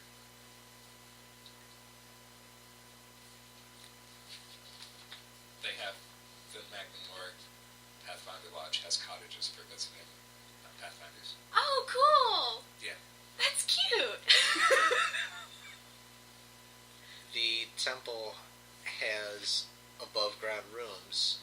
For sheer security reasons, those would be a lot harder for intruders to get to, and considering that we're dealing with apparently a cabal of assassins, that might be in our best interest.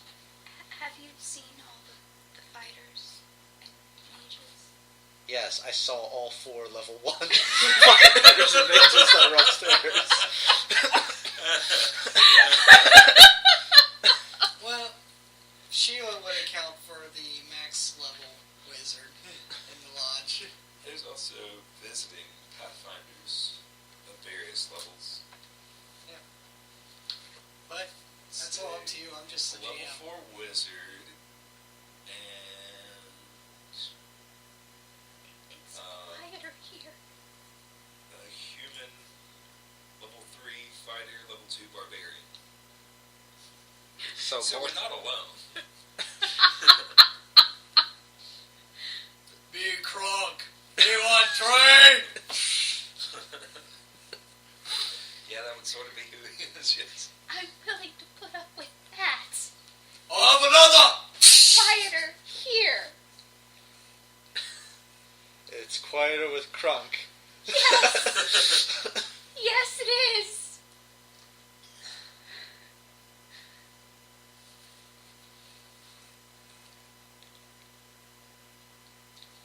You can stay here.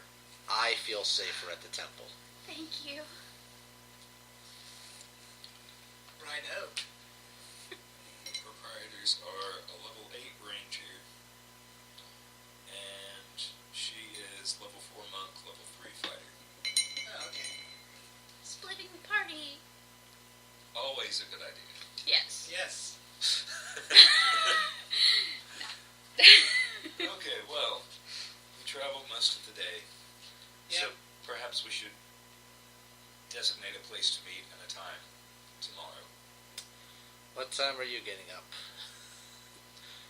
I'm always up early. Well, that's very specific. Dawn. Meet at dawn. In that case, I shall retire for the evening.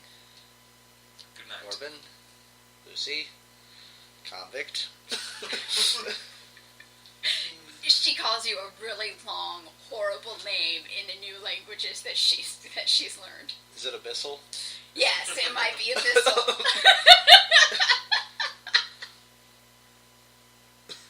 And she looks so proud of herself when she's done. Dumali Uchachum Igator. Abyssal for I hope you have many blessed children. Oh God, Theodore with children. A strange look crosses her face, and she quickly goes to get the Abyssal book and starts trying to learn what he just said. Yep. You just asked everyone to pick up the samurai swords and shave your butt.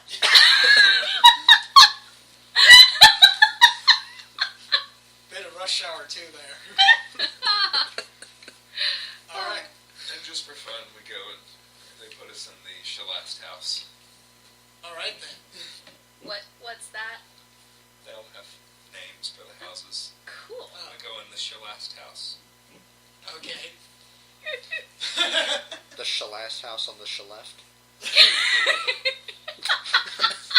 So, Aaron. How far through you've made it? Do you understand that? No. No? Okay. Don't worry about it. Okay then. So, they're in their own private lodges. You go back to the church.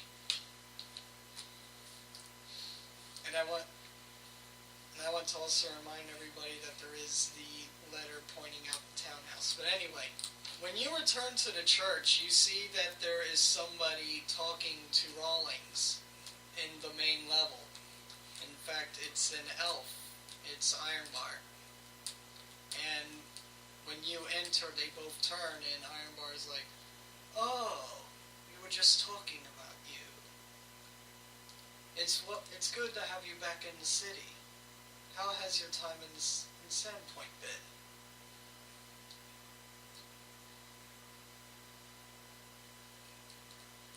Good. And he is wearing a medallion of Abadar, by the way, and he's dressed in his normal Iron Guts or Rawlings? Ironbar, Ironbar. and he's dressed in his traditional judge clothing.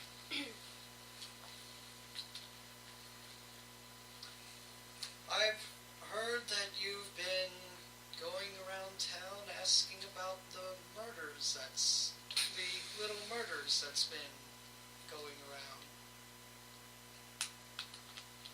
Being a representative of public safety, I feel it is my duty to look into such things. I see, and what have you noticed so far? Nothing particular. Such a shame. For murderers to continue running free throughout these city streets. If only we weren't spread so thin. Oh, I heard that the same things have been happening within Sandpoint. Has that at least been dealt with? For the time being. Quite. Well, if there'll be nothing further, I'm sure you'll be wanting to turn in for the night. Oh, I think I could afford to stay up a little bit. I think I might take a few books from the library and bring them up to my quarters. Well, enjoy your reading, sir. I shall take my leave now. He bows slightly and heads out. And Rawlings comes up to you and says, he came here wondering if we were finding out anything on our own investigation? Are we investigating these murders now? No, Father. We are not investigating the murders. I am. I see. Well then, perhaps I should go before anything else is said. Father, Yes. is there something you want to tell me? Other than the strange feeling that was in this room the entire time he was talking about you? No, not at all.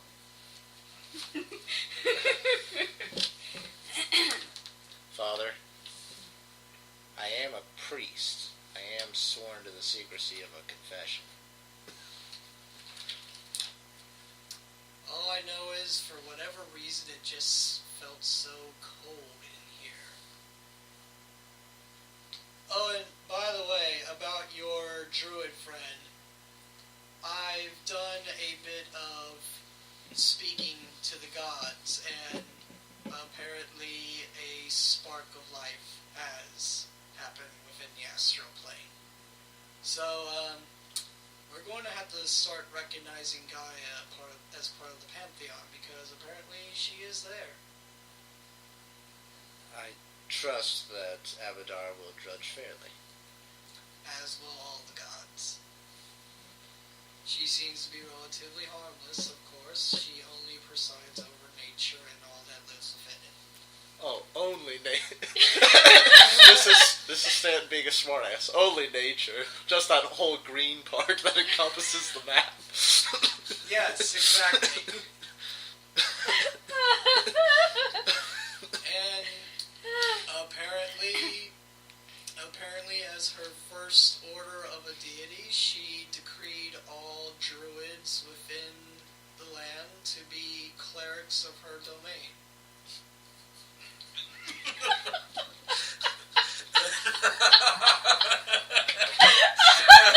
So Lucy isn't crazy. No, she isn't. I love it. No, your friend most certainly is not crazy anymore. Okay. Anymore. I mean, she might be crazy, but for completely different reasons. And we may have to start rewriting some rules, but I'm going to bed before it makes my head spin. Take care, Stanton. So, he wanders off. Is there anything else you do, or do you turn in for the night? I turn in. Righto. One of those towards the top that's really hard to get to. So, yeah, nothing happens to either of you throughout the night. And in the morning, Esther comes into your room and puts breakfast next to the bed for you.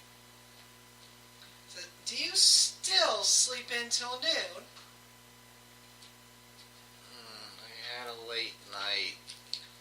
Yes, I can tell. She says looking up a stack of books. Father Rawlings. Yeah, he was talking with Iron Bar last night. Yeah, I saw that he was here. Kind of a cold chill, too.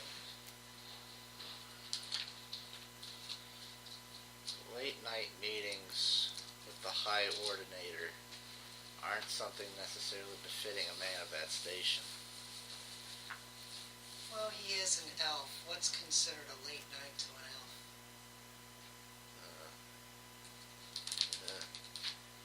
Still, he lives in Magnimar. Most people generally operate under the assumption that you're asleep at night and that you're awake during the day. True. So, what's on the agenda? Well, I was supposed to meet with my friends about 6 hours ago. You might want to go do that. Oh, and don't forget this, and she pushes her mask onto your face. Ow, ow, metal on face. I have to put this on first. Oh, yes, your pretty veil. It accentuates my features. It's going to take a special woman for you. I want to be stuck with you forever, ain't I? What's the name of another a backwards kingdom? Oh, shoot. There's a map of... People have actually posted a map of the entire Galorian on the Pathfinder page before. Because apparently you can split all of the world into elves, Nazis, pirates. Nazis? There are Nazis? Why haven't we found the Nazis? Why are the Nazis right next to the elves? This is what the people are like in this region. Okay. Yeah, apparently people in the Balastian region are very Nazi-ish. It's such a shame. Jesus Christ, how far down do you have to go to find anything within the... That was... No, but he goes... weeks ago that was posted. He goes... Yeah, probably. He goes How many posts is that group goes through? Yeah. We're not living in Rohan. I believe that sort of thing is illegal. Oh, Rohan. There is a part in the Winter Rain adventure path where the party gets sent to real-world Earth during the Bolshevik uprising in Russia, and you have to fight Rasputin and tanks. That's kind of cool.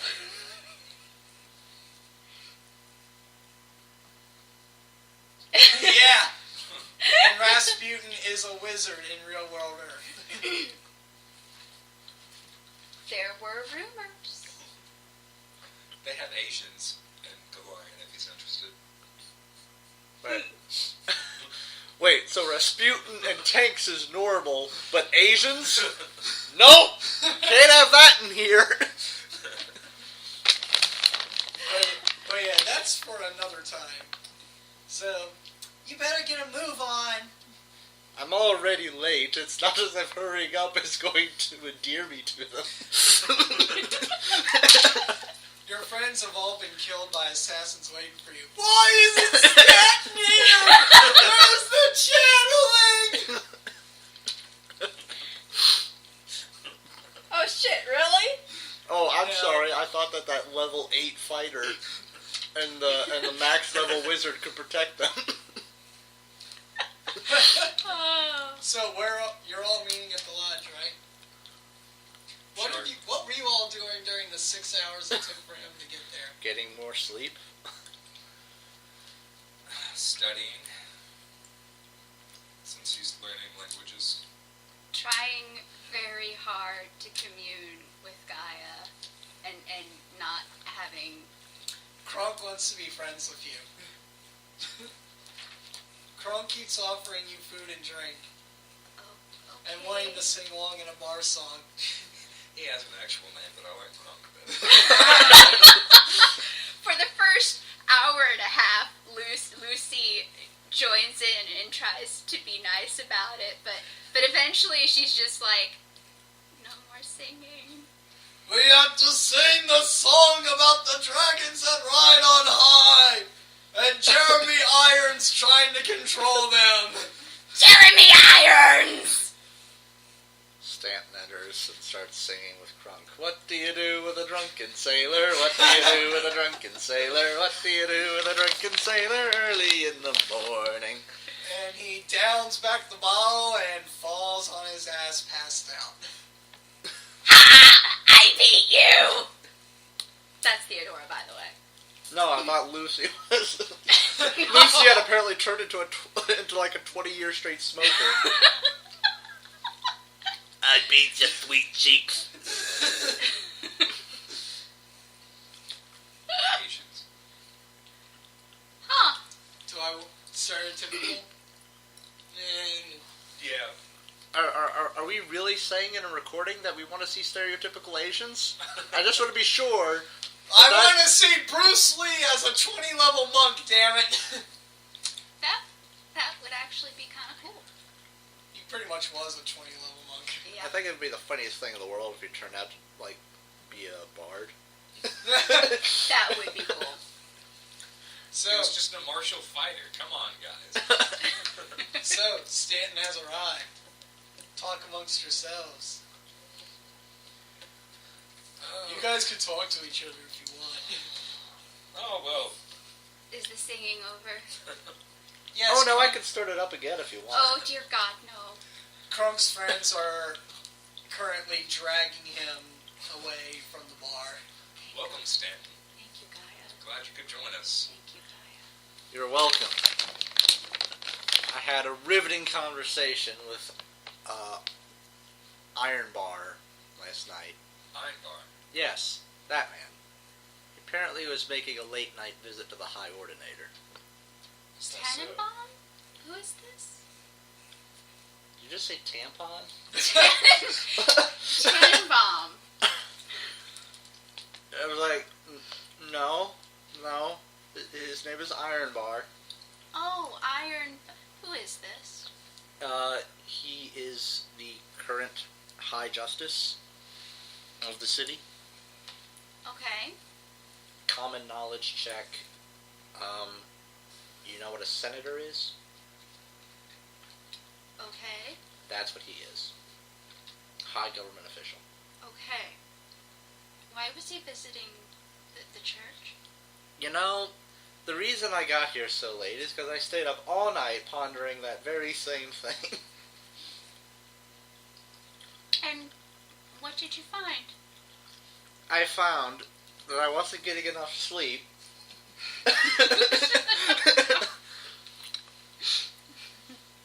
And so, at about 3 in the morning, I know because I was right next to the clock tower, I finally found a way to catch some bit of rest. Which clock tower? So, you're pretty much fatigued, aren't you? Uh-huh. That comes with penalties. Too noisy, wasn't it? When you stay up that late, it tends to be less and less. Fatigue. Creature cannot run or charge. -2 penalty to strength and dexterity. Rest of 8 hours is needed to remove fatigueness. Well, I have found the location of Foxglove Manor. Perhaps we should... Townhouse. Oh, yeah. Of the Foxglove Townhouse, perhaps we should proceed there. That's a good idea. Sounds good. So off we go. Alright. This will be the last portion of the night. Yeah. Just so we can get it out of the way. So, Foxglove's townhouse resides in the Grand Arch District, not far from the Star Silver Plaza. When you get to the townhouse, and let me go ahead and bring up the map. Although, if I got to sleep at 12 and woke up at noon, I would be getting 9 hours of sleep. So I technically wouldn't be fatigued. I would just be 6 hours late. Alright, then you're perfectly fine. Okay.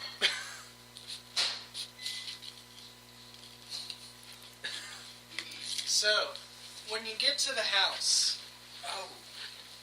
I had forgotten about all this. It's been a long time since I looked at it. When you get to the house, there is a shed off to the side, and the house itself looks like that it hasn't been lived in months.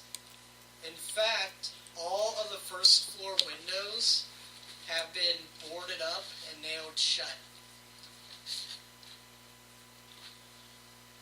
Perception. Is there any sort of like letters on the front saying like eviction notice or like like cut off of service due to failure of payment or?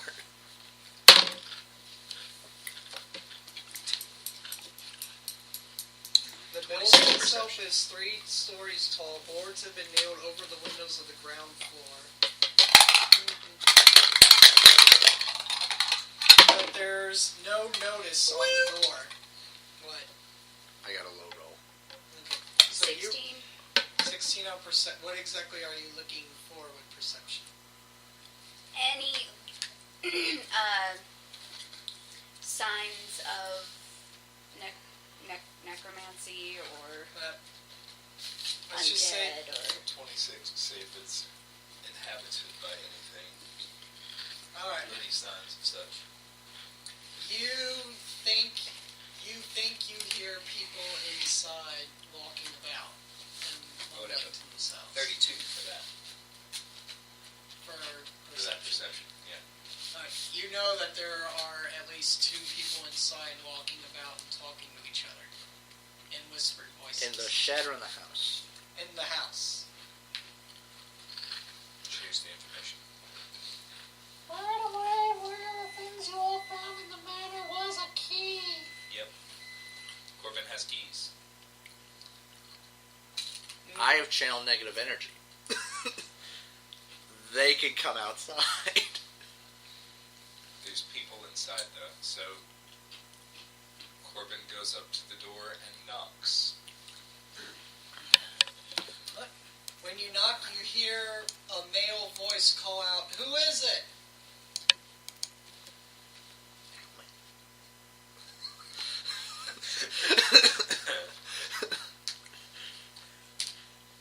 Yes, we've been sent by the justices of the city to investigate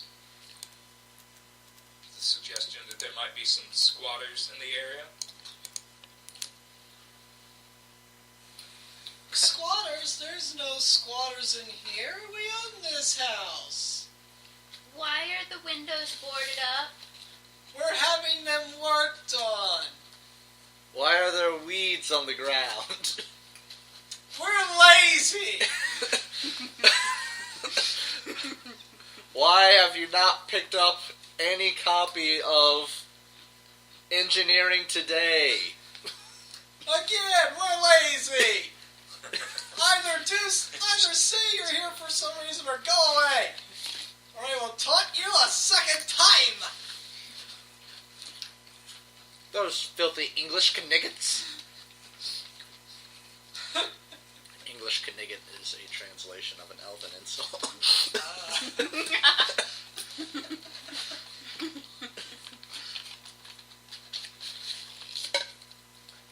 Oh, Theodora can't fly. She Nope. was going to go to the roof and try and sneak in, but she Nope. can't fly. So She's still shackled. Okay, well, I would help you, but can't. you say you own this house. Yes, I own this house. Can you show us a deed? That would require letting you all in, but I do not know if I should let you all in. I mean, we could just come back here with a warrant. I mean... Oh, This house is owned by Foxglove and his wife, Aisha. Why, yes. Yes, it does. I am Foxglove, and Aisha's in the kitchen. That's funny, because we turned Foxglove into Hamburger. Oh, jeez. And you hear the doors unlocking and open up. And sure enough, there standing inside the house is Aldrin Foxglove and Aisha Foxglove. What do you... As you can see, we're all standing right here. But you were... Are you going to come in or let the flies in? Yes, sorry. Lucy rushes in and hugs him. He kind of hugs her back. So yeah, Lucy is right up there. I know Corbin stepped inside. Anybody else stepping inside? Theodora. He kind of hugs her back like, welcome to my home. This is my wife Aisha. And she kind of waves from the kitchen. Sorry, my apologies. And she walks over with a tray of bread. Food, anyone? Yes! She holds down one to Theodora. I haven't had breakfast. Well, no. Yesterday I gave me breakfast, so I'm good. 23 to notice any funny scents about the food. While she's passing out food, Foxglove walks back around and shuts the door. Can't stand the draft out here to notice anything about the food. For 23, no, the food seems perfectly normal. Okay. Corbin eats it. Couldn't Corbin just take a sample back home and test it? Like with actual laboratory equipment instead of just judging it based entirely on its appearance? What? Who made that? Well, that's what the perception skill is for. Come on. So that you can fail and then do things like eat poisoned food. I mean, the most common, like, laboratory safety test they ever do is, like, they show you, like, 1 cup of, like, sulfuric acid. Not sulfuric acid, but, like, some sort of acid and another cup of water, and they look exactly the same. Yeah. And it's like, you can't just judge it based, it looks safe to me. Go! Oh! I'll just liquefy my insides. Oh, I just drank water. That's how my ranger almost lost his arm. So, he walks around you all and shuts the door while he's mumbling to himself about the draft and whatnot. You're all eating bread. And then Aisha is just happily offering more bread as she's all smiles and whatnot. And then, Lucy, what's your flatfoot AC? 13?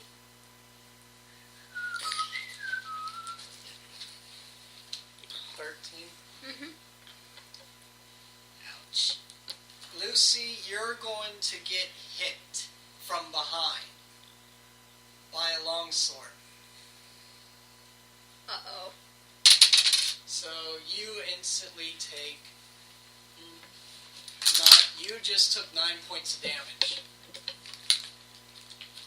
And when you spin around and look, you see that what was Foxglove is now some type of is now a creature that I don't have a picture of because it's from the Bestiary 2. So I need... Is it sexy? It should be one further in the book. I mean, if you tell us what it is, we probably... No. You probably have some sort of image. Okay, this is what it would look like. That is not sexy. Looks kind of sexy. It's standing there holding for a faceless horror from the beyond.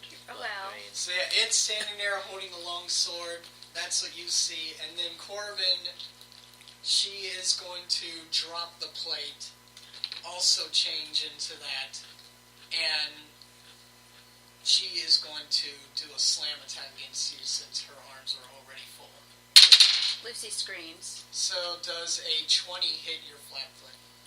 Can't be called flat-footed. Okay, so does 20 hit your AC? But it does, yes. Pringles. Salty goodness. I mean, Salty 1d6 goodness. plus Is there 2 salt in plus there? grab. there's crumbs. Ah, that's fine. More than. So she dealt 7 points of damage to you, and she gets a grab attack. And she gets and faceless stalkers get a plus 11 for grappling. Wow, right? Yeah, that's what the Pazio site says. So 18 versus your combat defense. Just hits it. Alright, so she has a hold of you. Surprise round! You all got caught in a trap. Okay. So, instant react. So this is move and standard action, or That's No, what, this would just be standard. just your standard action. if I cast a spell, that's going to provoke an attack of opportunity, isn't it? Unless you cast defensively and do the concentration check. Which, when you look at the math, it shouldn't be that bad for whatever level spell you do it for. Actually, Well, actually, No, she but has a because she's grappled grabbing him, Corbin, so so you now- wouldn't get an attack of opportunity against you. all right. She's too busy holding on to him. I want to learn if these things are undead. So detect undead. Let's see. They are not undead. Good. So I know which way to channel. I also need to switch out because this is what they would have turned into after melting. We make holes in teeth. We make holes in teeth. So these two are gone, replaced by what they really look like. This is a cutie little thing. Hiya. If anything, it would take a knowledge arcane check to figure out what they are, because I will go ahead and say they're an aberration.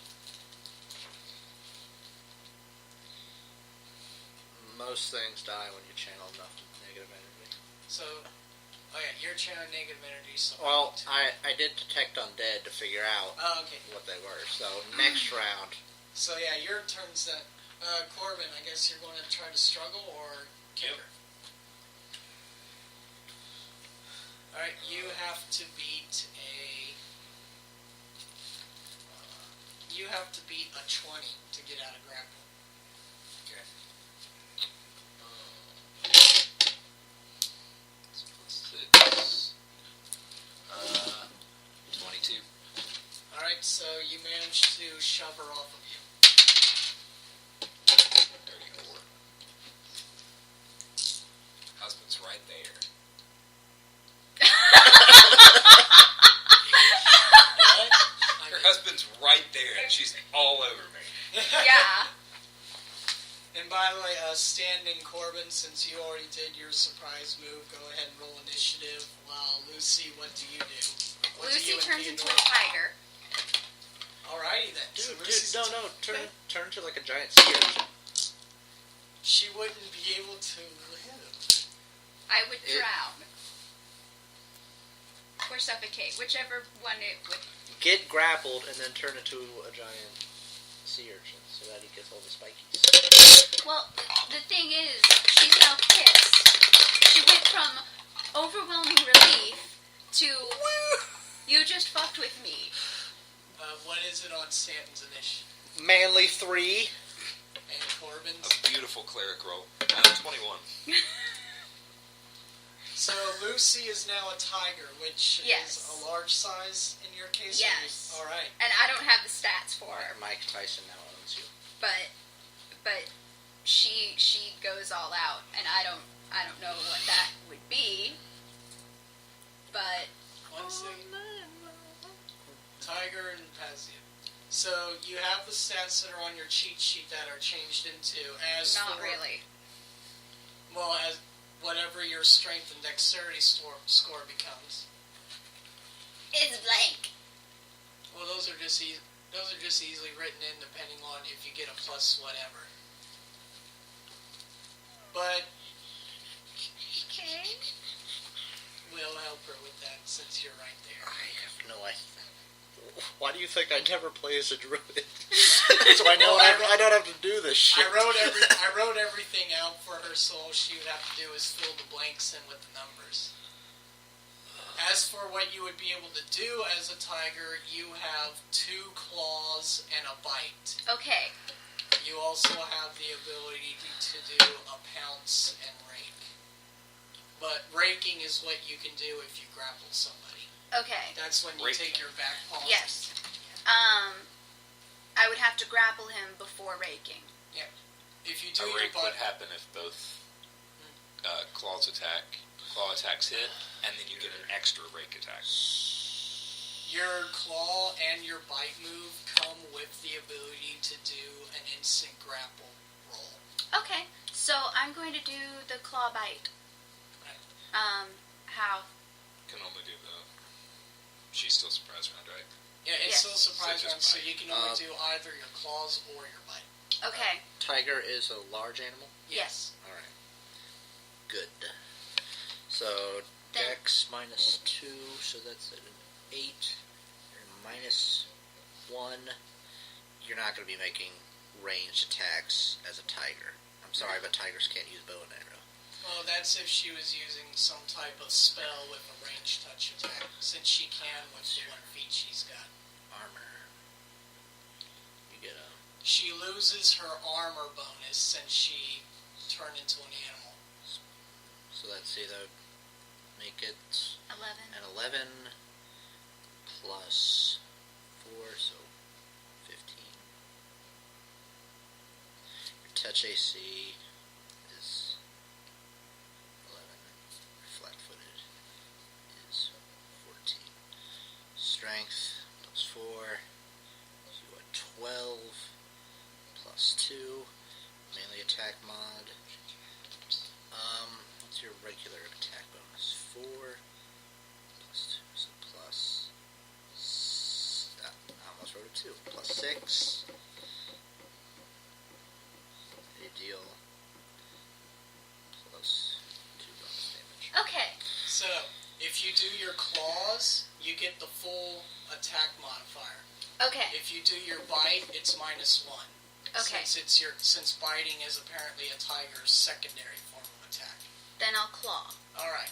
So you get a 2 claw attack. So Well, tigers typically don't bite their living prey. They claw it down Yeah. first and then... 16 plus 6. Well, 16 on the die is going to hit as long as you had 1 point. So yeah, you hit him. Okay. And then roll the second claw. Okay. 13 plus 6. And 19, that's also going to hit. Okay. So you're going, and also roll your combat maneuver bonus to be able to grapple them. You're a funny man. Let's see, combat maneuver bonus. For It's 4? The 4 plus 2 more should make it 6. So, yeah, roll a d20 plus 6. And you have to, 3 plus 6? no. Probably not. So you don't grapple them, but you manage to hit them twice. So Okay. roll, the damage for a claw is a d8 plus Okay. your damage modifier. So, 2d8s plus 4. That's not a D8. This is a D8. That's a D8 too. Okay. A 3 and 1 plus 4, so 8. 8 damage. Right. plus 4 for each of them, though. Right? It's plus 2. Or So plus we 2, just- plus 2. Okay, gotcha. Yeah. And good news for the tiger, claws would be considered slashing, so she ignores their damage reduction. So you said 8, right? Yes. Fucking damage reduction. Damage reduction to anything but piercing or slashing. And Magical. Theodora attacks. And But I you just would only failed. know that if you made the appropriate roll to know what these creatures are. And Theodora attacks, so yeah. Yes. So Theodore gets to do her We have- primary bite. Napkins. okay, I'll get one. Okay. One moment. All right. Oh, nat 20. Sweet. So what's her max damage for There. biting? Critical. 4 plus 3, so 4, 7. So 7 times, so 14. And biting would be piercing, so also ignores. And that's all I can do, right? Yeah, Okay. and then roll initiative, please. Oh, yes. So we Okay. can get that out of the way. 18. Plus your 18. Plus your new Dex modifier, which is a minus 16. 1. So 17. 17. Okay. So yeah, that does make it Corbin first. Okay. Stats! All the stats! Knowledge Arcana of... That's like 13. Knowledge Arcana. He's a fake arcane caster, though, so it's Knowledge fine. Arcana. I think that beats the CR4, which I remember is part of what has to be beaten. But anyway, yet you're facing what's called a faceless stalker, a hairless, leathery biped that has a face dominated by grotesque and unsettling whorls and slits instead of actual features. So, I'll give you 3 questions you can have answered about. I also like the hide behind your trash and masturbate to you at night. What? Because it's a stalker. Weakness. Or, not Oh, weakness, but damn what it. it's, God damn it. It's okay. We're good. what it's got, DR against. Yeah, damage reduction of 5 points to anything but piercing or slashing. And of course, if your weapon's magically enchanted. Okay.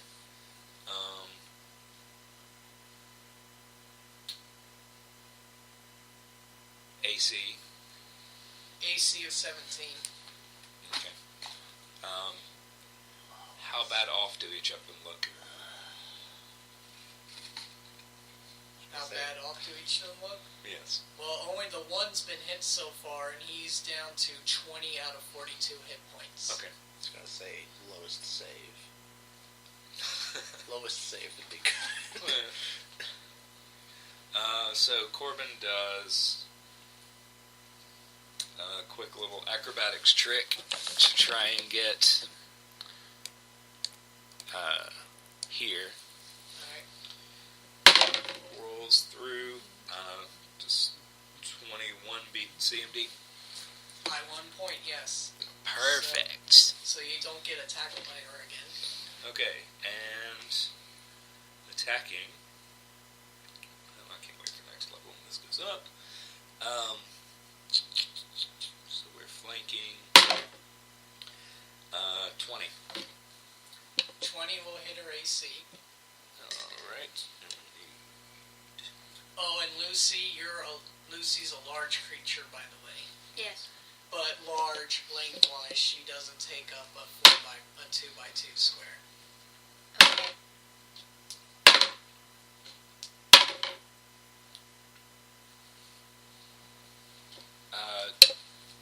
Sneak attack, so 25 damage. Magical weapon, so. Alright. So no damage reduction. You made her worse off than the other one is. Lucy. Now you can do a full attack action if you want. // bite. Yep. Possible Grab. okay. So 5 plus 6. 11 will not hit. Okay. 3 plus 6. Yep. And the bite is -1. Come on. 15 plus 5. So 20. That will hit. Awesome. Damage is a D8. For The bite. biting, it's 2d6 Okay. plus your damage 1, and you still get a chance to grapple him. 5 5 plus 4 plus 2. So 11. And I can try to grapple? Yep. 10 plus what? What is that plus? Plus 6, I think. Okay. 16 is still not high enough. But he's down. And what does Theodora do? Full attack. Alright. So bite is 17 17 on the die is going to hit. plus 8. Are you like aiming at them? Yeah. 3 plus 8, 8, 9, 10, 11. 11 will not hit. 16 plus 8 That does will hit. hit. Okay, and then 2 damage. Really? Really? 8 total. That almost kills it. In fact,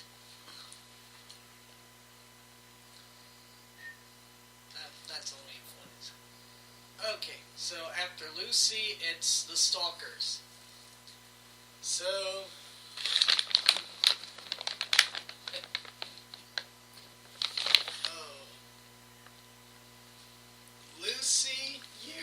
Lucy, you get an attack of opportunity where you can either lash out at him or attempt to trip him because he's going to throw the door open and try to run away.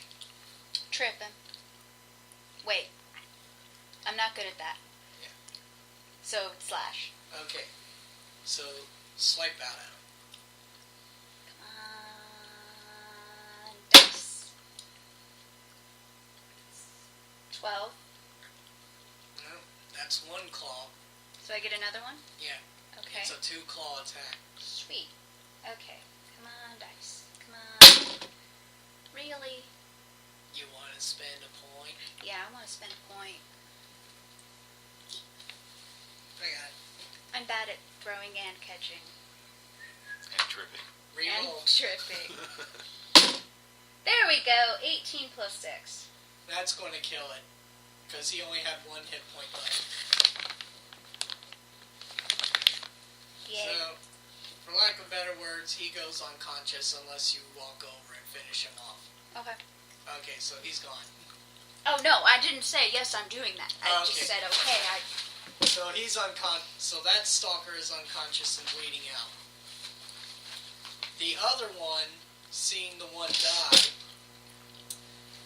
Corbin and Stanton get attack of opportunities because it's going to try to run away. Brave run away. Which your attack of opportunities count either attacking it or attempting to trip it. Yeah, I was going for a trip and got 25. Alright, it's face planted. Alright. Corbin, it's prone on the ground, and it's your turn. I mean... He still gets an attack of opportunity. Oh, yeah, you do get that too. Do I even really want to take it? I mean, I have never even swung my Morning Star the entire time I've played. Well, now's a great chance. I mean, it's laying on the ground. Yeah, it's prone. That's like a -4 AC, isn't it? 15 plus 4, so I get a 19. That's going to hit it. I deal 1d8 of damage. 1d8 of damage for your attack of opportunity, then it's still going to be your turn.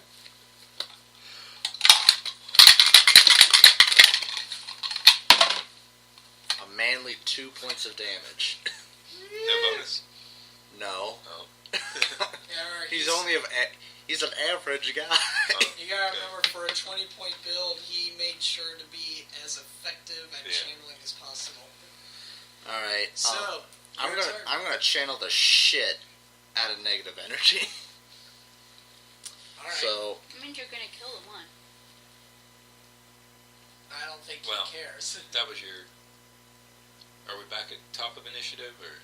Well, that was his attack of opportunity, and then it's Well, still his turn. well, Because he had a 3. I guess if we really don't want to kill that one, I'll try and hit it with this thing again. Don't you go through training for your weapons? Stanton, The training consists of pointing end that way. Wait. How many targets are you able to negate? I'm only able to negate 4 targets. That's One, why two, that's what 3. the entire party.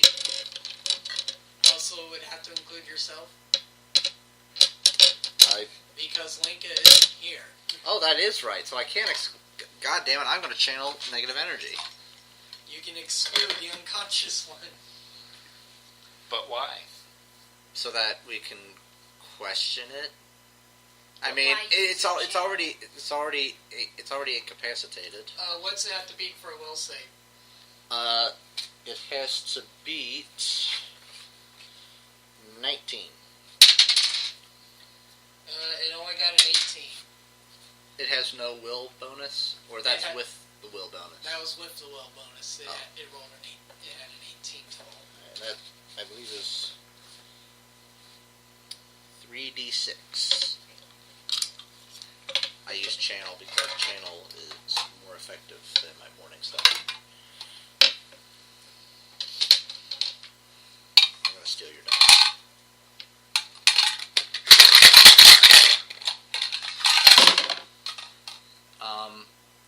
12.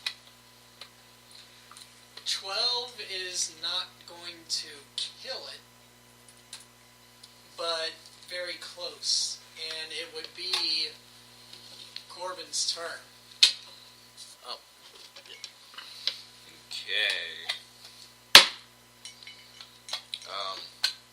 17 to hit. Yeah, since it's on the ground. Okay. Corbin takes his quarterstaff and just jams it into it. Into where?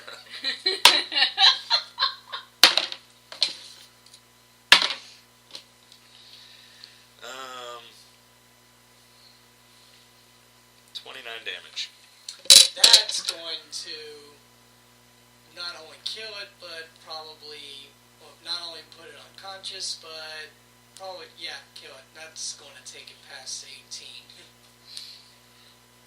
Oh, I'm Well- sorry. Does Mercy Rule not apply anymore?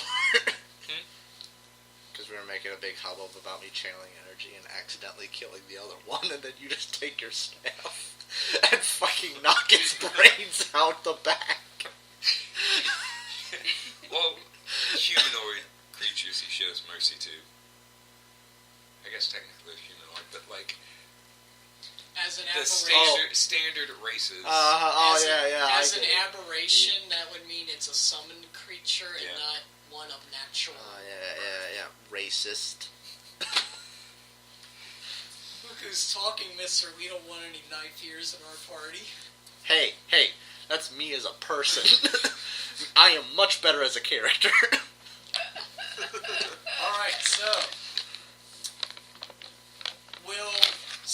we'll wrap up here with the stalkers being subdued, one being thoroughly killed and the other being unconscious, and you all having this townhouse to probably explore. So, before we end here, any questions, comments, or anything about tonight's game? I'm good. Alright. Well, in that case, we will close up shop, and thank you everyone for joining us on the first game of the new year. We will see you next week. Good night. Adios. Bye.